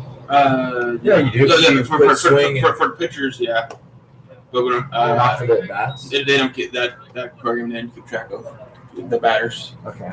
It's just So we could do it like how in the big leagues they have different stats, like since the StatCast era. yeah. We could have in the game changer era of the Yinzer Baseball Confederacy as Dadson takes ball 2, 2-1.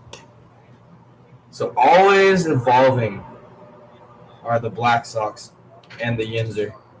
Wait, are we off the air? I don't think so. Can you hear me? Oh, yeah, we can. Sorry, Stephen Knapp, you confused me with your comment. No commentary. So ball 3, 3-1 here to Brendan Datson. As Will Musser reached on a 5-pitch walk, and Brendan Datson finds himself in a 3-1 count as well. So 6-4 here. The visiting Road Warriors are leading the Wolfpac. In the top of the 6th inning, as Datson takes the second strike to move the count to full 3-2 with 2 outs. Musser will be taken off here as the left-handed Datson gets ready for the full count pitch from Morrell. Morrell lifts and delivers and has walked back-to-back hitters here with 2 outs. So a couple freebies as the shortstop Vita Sai comes in to talk to Morrell as the infield gathers one by one. Oh, here comes Poggle, the last one. The catcher, Zach Whalen, on one knee, staying put, taking a breather. I'm not going all the way out to 3 seconds. Well, always conserving energy. As in steps Colin Miner. Miner wearing number 57. Prepares for the first pitch from Emo, Eric Morrell. That pitch is off the plate away for ball 1.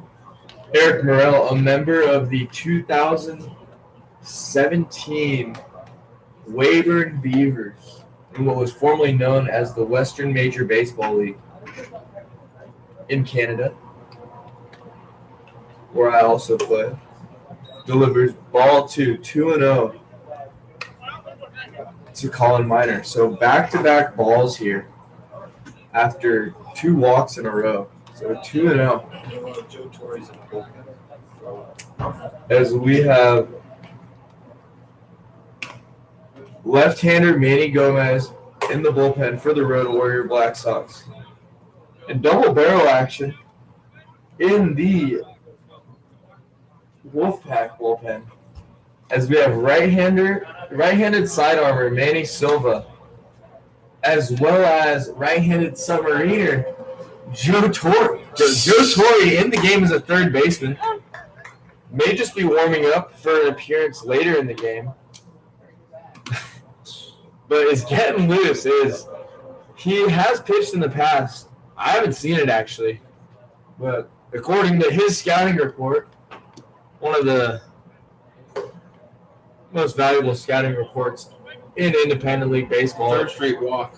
As people sign people just off of, what Joe Torre says. As Miner takes ball 4. Was that another 5-pitch walk?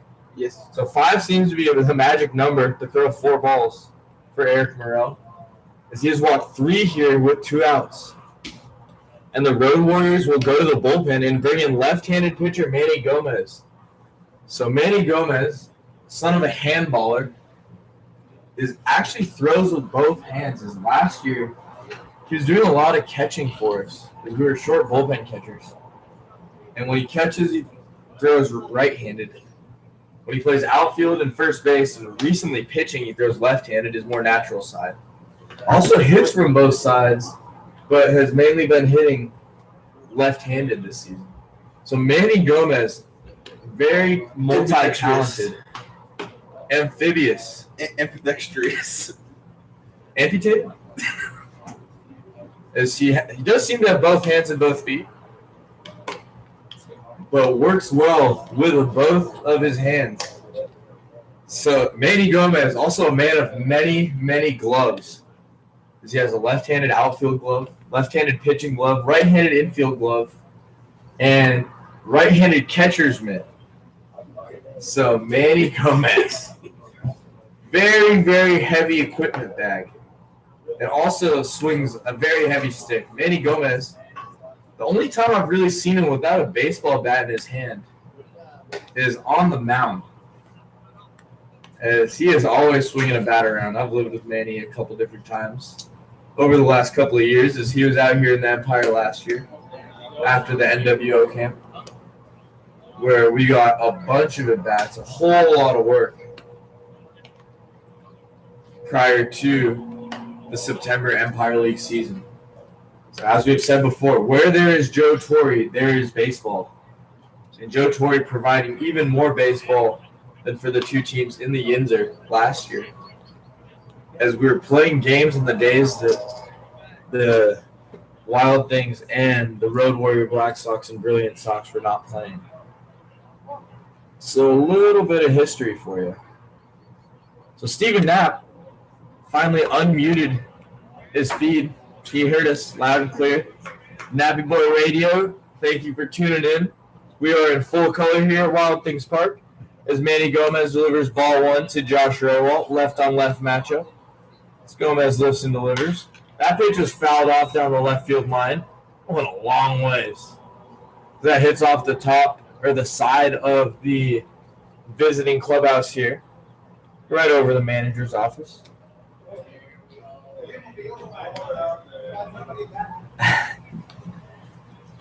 So Liz Sanders saying that the mustache comments were a good luck charm for Mark Sanders. So we will keep that in mind. We will only comment on his mustache as long as he does have it, though. As if he takes that off his face. Oh, wow. So an error by the second baseman who is playing in short right field, Spencer Henn, comes in to field that ground ball, and the ball just kicks off his glove. So that'll bring in 2 runs. So Manny Gomez coming in and doing his job, getting a ground ball to the second baseman from the left-handed Josh Rowalt. But that ball is mishandled by Henn, and in scores 2 to tie the game up at 6. And Colin Miner going all the way from first to third there as he was going on contact. So the threat continues. So those runs are most definitely unearned, as that was an error all the way around. As Manny Gomez checks over, Josh Rowalt scampers in there. Thank you to Joe and Paduglia Sr. for watching. And, of course, we're not being kind. We're just stating facts. As when you see a brick wall, you got to call it a brick wall, as the saying goes. As that pitch is taken for a ball. So 1-0 here to Paduglia. So hopefully you're still watching, Joe Sr., as he prepares for the 1-0 delivery. The runner takes off. That pitch is off the plate away. Oh, good throw by Whalen. The tag is placed on the runner at second. No call by the umpire? What? So I guess the umpire waiting for the field umpire to make the call. Field umpire, not here. For budgetary reasons. Oh, there he goes. He makes the call. So I guess he had a lot to process there.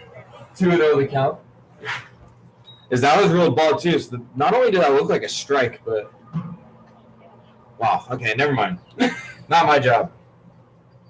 As that pitch is up and in to Impaduglia.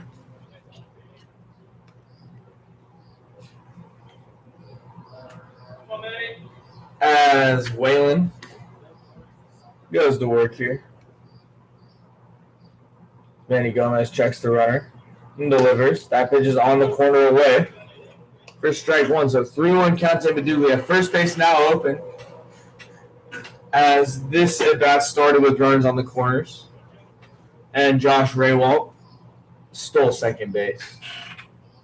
As Gomez delivers ball 4 inside. So Gomez walks at Impaduglia and is looking to face number 39 catcher Cole Workin. Oh, is that a Carson McCurdy in the bullpen? Wrong bullpen. I know. Yes. So Big Mac, number 34, Carson McCurdy, in the lineup as a designated hitter, is now getting loose in the bullpen. So we would see the DH get killed, and we would play National League rules the rest of the way out if McCurdy goes into pitch. So left-handed pitcher now, I guess, Carson McCurdy getting loose, showing more versatility as he wants his teammate, who was formerly signed in the Yinzer, signed on the tour, Dominic Bethencourt, come into the game, or actually do some pitching duties for the Power.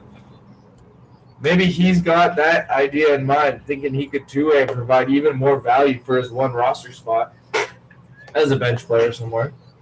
As Workin takes a ball and moves the count to 1-1. So interesting. God, the versatility seems to be the name of the game out here for these position players. Good pitch by Manny Gomez. He catches the inside edge. Looks to be a cutter there. Actually taught him a cutter in the little grassy area behind the Holiday Inn in which he's staying. So please don't follow him home. The grassy knoll. As Steve Knapp says, knuckleball pitcher? Are you referring to Carson McCurdy? Does he throw a mean knuckler? Nappy Boy Radio, if you could continue to weigh in. Is that what you're saying? Because I'd love to see it. I've tinkered with knuckleball here and there in my career. As that pitch is lifted into short right field, Tommy Baggett ranges over. That wasn't as short as I thought. As that ball was lasered. Another line out from Workin. This time with the bases loaded and 2 outs. So that will end the threat here for the Wolfpac. We'll move the score to 8-4. Okay, sorry. We said that tied the game up earlier, but we added the runs to the wrong side. Ooh, you got a chance of rain later here. And that's not right. Not until the Wild Things game. No. During the Wild Things game, which I have empty suites today, so I'm not as invested in if the game happens or not. As if you are in Washington Wild Things Park, this is a shameless plug for myself. Come on up to the suites. I will take care of you. You can have anything you want in the ballpark delivered to you in the air-conditioned suite. So in comes right-handed sidearm Manny Silva. Wow, he looks completely different, honestly, than in the beginning of the year. In the beginning of the year, he was applying his intent very early. Oh, my gosh. He looks night and day, man. So I'm excited for this outing. It's crazy how far some of these guys come in such a short time. That slider is gross. Man, good for Silva.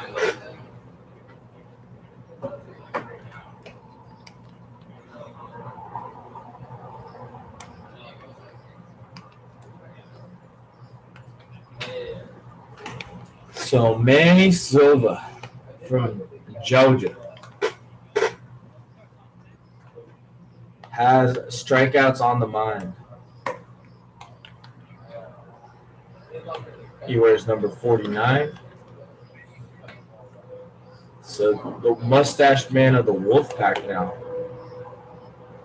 as Mark Sanders started for the Road Warriors. Did a good job, ran into some trouble in his final frame. walked a few guys, and all those runs came in to score off of reliever Eric Morrell. And prior to that, all he'd done is given up a solo shot in the fourth to Impaduglia. So 5 runs were scored in that 5th inning in which he came out, followed by 2 last inning. So 8 runs scored thus far by the Road Warriors and by the Wolfpac. And the Road Warriors scored 4 in the 5th inning and look to close the gap again here in the 6th. So 3 scoreless frames to start this one out, followed by a whole slew of runs.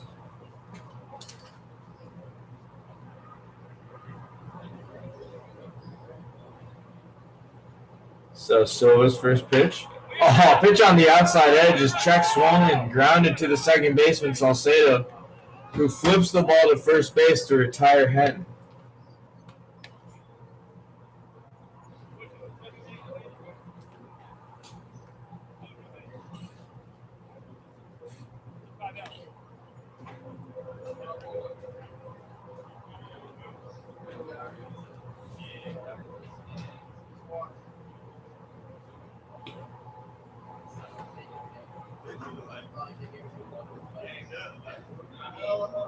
So in steps left fielder Nate Thompson.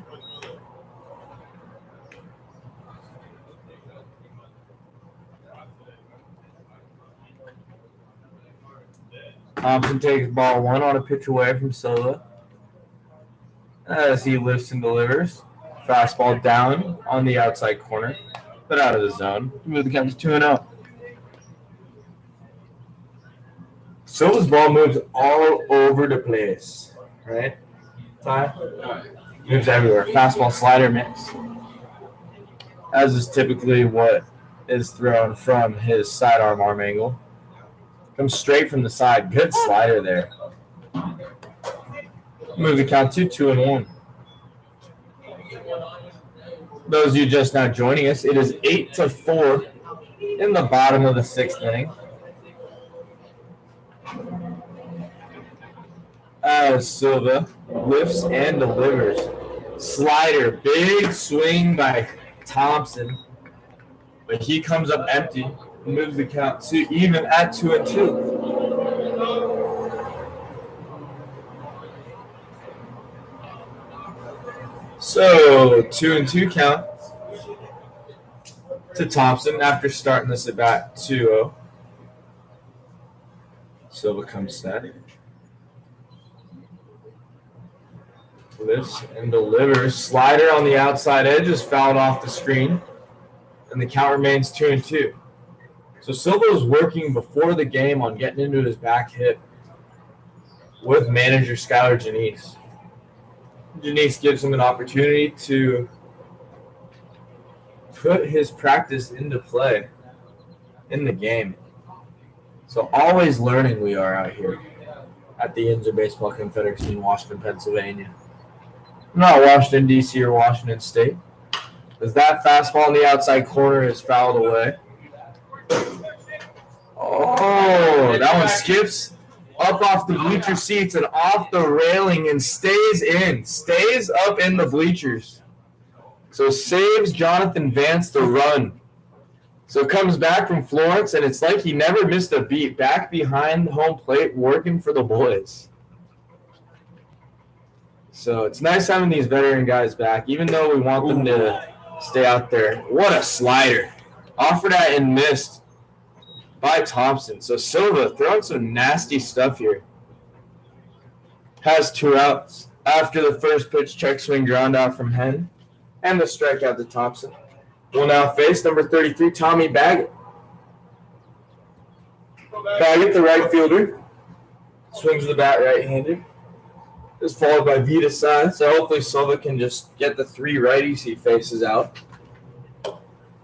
Ooh, good pitch there. Slider just off the outside edge for ball 1.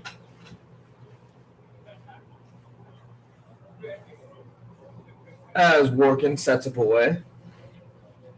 Silva lifts and delivers. Fastball fouled off down the left field line into the Wolfpac bullpen. Handled by right-hander Matt Colon, who looks to be getting ready to close this one out for the Pack as they are up by 4. Wouldn't be a safe situation if the score remains right here. But still a good inning of work and a decently close ball game. Another slider. Gross slider there. Swung through by Baggett. So the way these guys are swinging super early, I think that slider, the spin looks a lot like his fastball spin. So probably just a direct opposite direction between fastball and slider. Oh, Silva throws another slider. That's gross, man. Honestly, that is moving. So Steven Knapp, this guy throws kind of like you, but nobody's Steven Knapp. Current pitcher for Ekip Quebec. Recently started a game for them, went 2 scoreless innings. I think we're at a career high viewers. We have 19 viewers watching. Really? The live feed, yeah. So 19 is pretty much the population of Montana. As Silva gets ready for the 3-2 pitch. That slider is hammered down the left field line, just foul. So we will do the 3-2 once again. Hey, thank you guys all for tuning in. We appreciate your support. As the Yinzer doesn't happen without you guys. I reckon a lot of you guys are supporting the players. Maybe some coaches here watching, looking for some of our boys as we are trying to promote the guys. Also just trying to get some guys work. So fastball on the outside edge by Silva. He is fired up. Great frame. 1-2-3 by Manny Silva. That is the best we've seen him all year. Beautiful work there. As Steven Knapp says, I have a face meant for radio. Honestly, I cannot argue with that one. Last time I looked at a mirror, it shattered into a million pieces and started crying. But that's what we got the radio for. You guys on the other end can imagine I look like whatever I want to, so make me look good.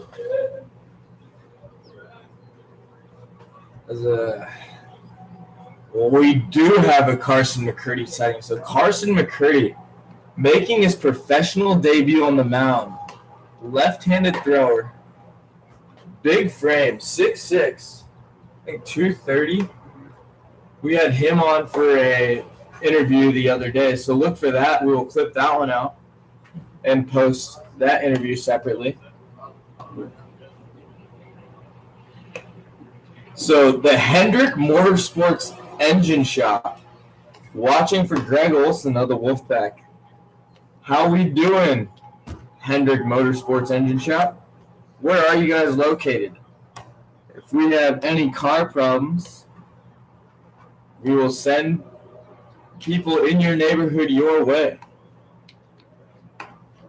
As we appreciate you raising young pitcher Greg Olson out here, as he's been learning a lot, being around this professional environment, hanging out in the bullpen out here. He is one of the younger guys we have out here.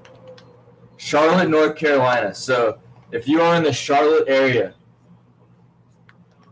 and you have car problems, if your engine dies, if you're trying to hotwire somebody's car and you're unable to, or if you have a radiator leak, if your turn signal fluid runs low, as I'm sure you guys have gathered, cars, automated vehicles, not something I'm very good at. Bicycles are a different story. So go to Hendrick Motorsports Engine Shop for all of your auto needs. As left-handed bat for the Wolfpac, Myron McBain comes in to lead off the 7th inning. As the left-handed McCurdy fires his first pitch of his professional career, up and in for strike one as McBain swung and fouled that one off. So McCurdy doesn't look like he's trying to throw the ball too hard as he fires in a pitch down out of the zone. So McCurdy plays first base and outfield, understands the perspective of a fielder, realizes that nobody wants to watch a walk fest, and is just in here attacking the zone. As he floats that one into the outside corner. Hey, do we have a velo reading? Hey, Cody Bell, what's the velo here? 79. So 79, the velo. But minimal effort for his 79 is I am full effort throwing 79. That ball is chopped to the second baseman. Hen has to make a quick play to get Mabane out for the first out. So up by 4 and down to their last 2 outs of the Wolfpac, barring extra innings, as we are in the top of the 7th inning in a 7-inning contest. As we are short on time due to the Wild Things being at home, we got to get off the field by 2:45 Eastern time to allow them to prepare. As that pitch is painted on the outside edge by McCurdy to the 8-hole second baseman Jesus Salcedo. Oh, McCurdy drops down for that one. How far was that? Cody, what was that? 83 from the side. So McCurdy's slinging it. That pitch is off the plate inside. Mixing arm angles here. So like to see the creative pitching by McCurdy. So Mr. Olson saying we need to cheer for NASCAR. There's a guy from the Seattle area. I forget who it is. That's the only guy I've really read about much in NASCAR. As that pitch is fouled off for strike 2 to Salcedo. So 2-2 the count to the second baseman from New York City. Attended Jarvis College. Oh, that was a slider. McCurdy's got off-speed in his arsenal. Grounds it to shortstop. Smyber, as he has to sling it across, get rid of it quickly to get the speedy Salcedo out at first base.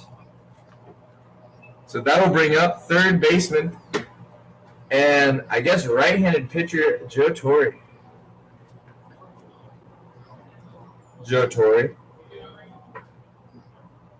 Who is, I think, the senior member of the Wolfpac, 37 years old, prepares for the first pitch from Mac. That is a fastball away, grounded to the second baseman, Hen, as he flips it over to first. So McCurdy has a 1-2-3 inning, perfect here in his professional debut, as he keeps it really simple. Just throws it in the zone, moves it around in the zone, gets ahead, keeps throwing strikes, and allows the hitters to get themselves out. Pretty easy as a lefty. His ball actually did move a little bit. And here we are in the bottom of the 7th.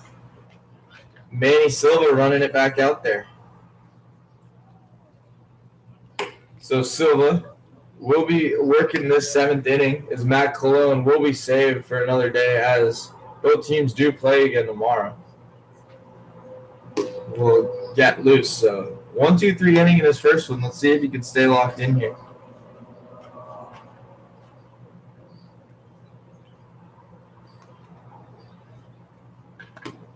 As we are set to go here in the bottom of the 7th. So last frame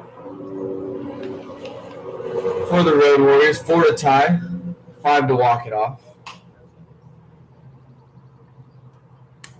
So we will see how we go here.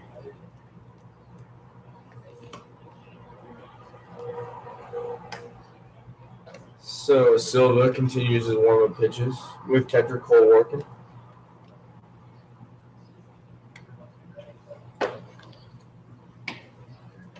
So final frame, bottom 7, 8-4, Wolfpac lead.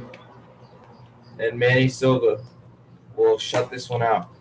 Showed a really good fastball slider mix in his first frame in the 6th inning. As Matt Colon continues to warm up.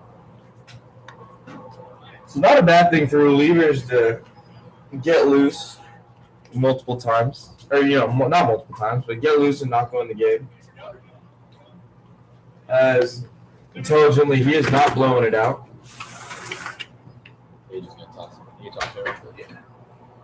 As Silva goes to work against the left-handed Vita Sai. First pitch is behind him. Outside. move the eye level of Vitasai. Not bad to keep hitters uncomfortable in the box. As there's a reason the word in is in the word win, as well as the word intimidate. As Silva moves the feet of Desai and fires in the second pitch. Slider is taken off the plate inside to the former Gary Railcat. Desai also played for Monterey, as quite a few of us did out here, where Sip Garza, now the coach for the Lexington Legends, was. But Garza, no longer with the Pecos, and we don't really send very many guys to the Pecos, as quality of that league has steadily gone down. So he started the season in Monterey, finished in the White Sands in the Mountain Division in Alamogordo, New Mexico. Another pitch behind him. So second pitch behind him out of 4. And the count is 3-1 to Desai. So uncomfortable at bat for Desai here. As I read my text messages from the guy next to me asking me about lunch plans. I believe Chipotle might be the move. Are you down for that, John? As ball 4 is slung to Desai.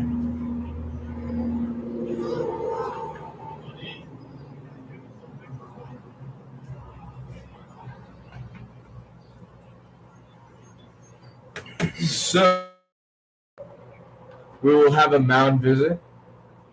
Looks like Argento's in the bullpen. As we have Nick Argento getting loose. Matt Clone is walking towards the dugout as Skylar Janice will have a word with Silva. I didn't want to say it earlier, but whenever you come off the field super fired up and then you sit for half an inning and then have to go back out there, it's kind of hard to stay focused. I've found, at least. I used to come out of the bullpen a lot, and I'd always feel more comfortable in my first inning than the second one, as I'd, spend it, as you could say. So now I try to be a little bit more even keeled between innings until I finish the game, and then I could, be a little bit more excited. Other than that, I just try to stay still. I picture as Derek Hurt takes ball 1 away. I picture just a flat, still water in my head and just try to keep it with no ripples, as crazy as that sounds. Gives me something to just – gives my mind something really to do between innings. That's, not getting too focused or riding the wave of what the offense is doing. Because that pitch is fouled away by Hurt to even the count out at 1-1. So Silva continues to work here, looking for a ground ball. Slider on the inside corner to Hurt. Oh, that's always darkness. Tyler Lessig just saw darkness on the mound. It was scary there. As we passed the phone charger back to him. As I went from 2% to 100% here in an hour and a half. It's a good phone charger. As that ball is popped up to the second baseman, Jesus Salcedo, who puts it away for the first out of the inning. So 1 pitch away as Manny Silva will face James Smyber. Had trouble locating to the first lefty he faced today, who was walked on 5 pitches. Vitasai is now still on first base after the pop out. But he is looking to get a double play here. Smyber up to bat. First pitch is a fastball on the outside corner. So it looks to have settled in against the lefty. As visually, sometimes it's just a little bit different. Throwing with a lefty or a righty in the batter's box. As Silva prepares for the 0-1. That slider catches the outside edge. So Silva just really, other than Desai, has done a great job throwing both of his pitches in there for a strike. Not really sure if he throws a changeup or not. His changeups from that arm angle are pretty disgusting. But looking for a ground ball here. to end this one as he is ahead 0-2 to Smyber. Fires in a slider, line drive to the right fielder, Ray Walt, no tag. We'll try and make a double play out of it. To the first baseman, Mustard, but we decide getting in safely. No tag, but didn't go too far. Was able to scamper back.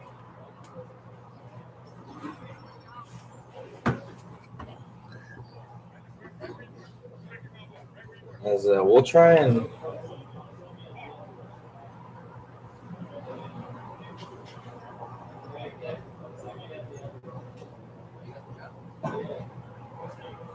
so I'll text Jonathan Vance Chipotle on question mark and see what happens.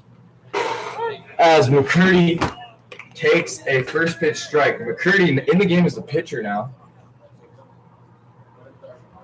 We'll take strike one. Start of the game is the DH. Then killed the DH to become the pitcher. So if another pitcher comes in and we play extras, the pitcher would be in the lineup in the 3-hole. As Silva winds and delivers. That pitch is on the corner away.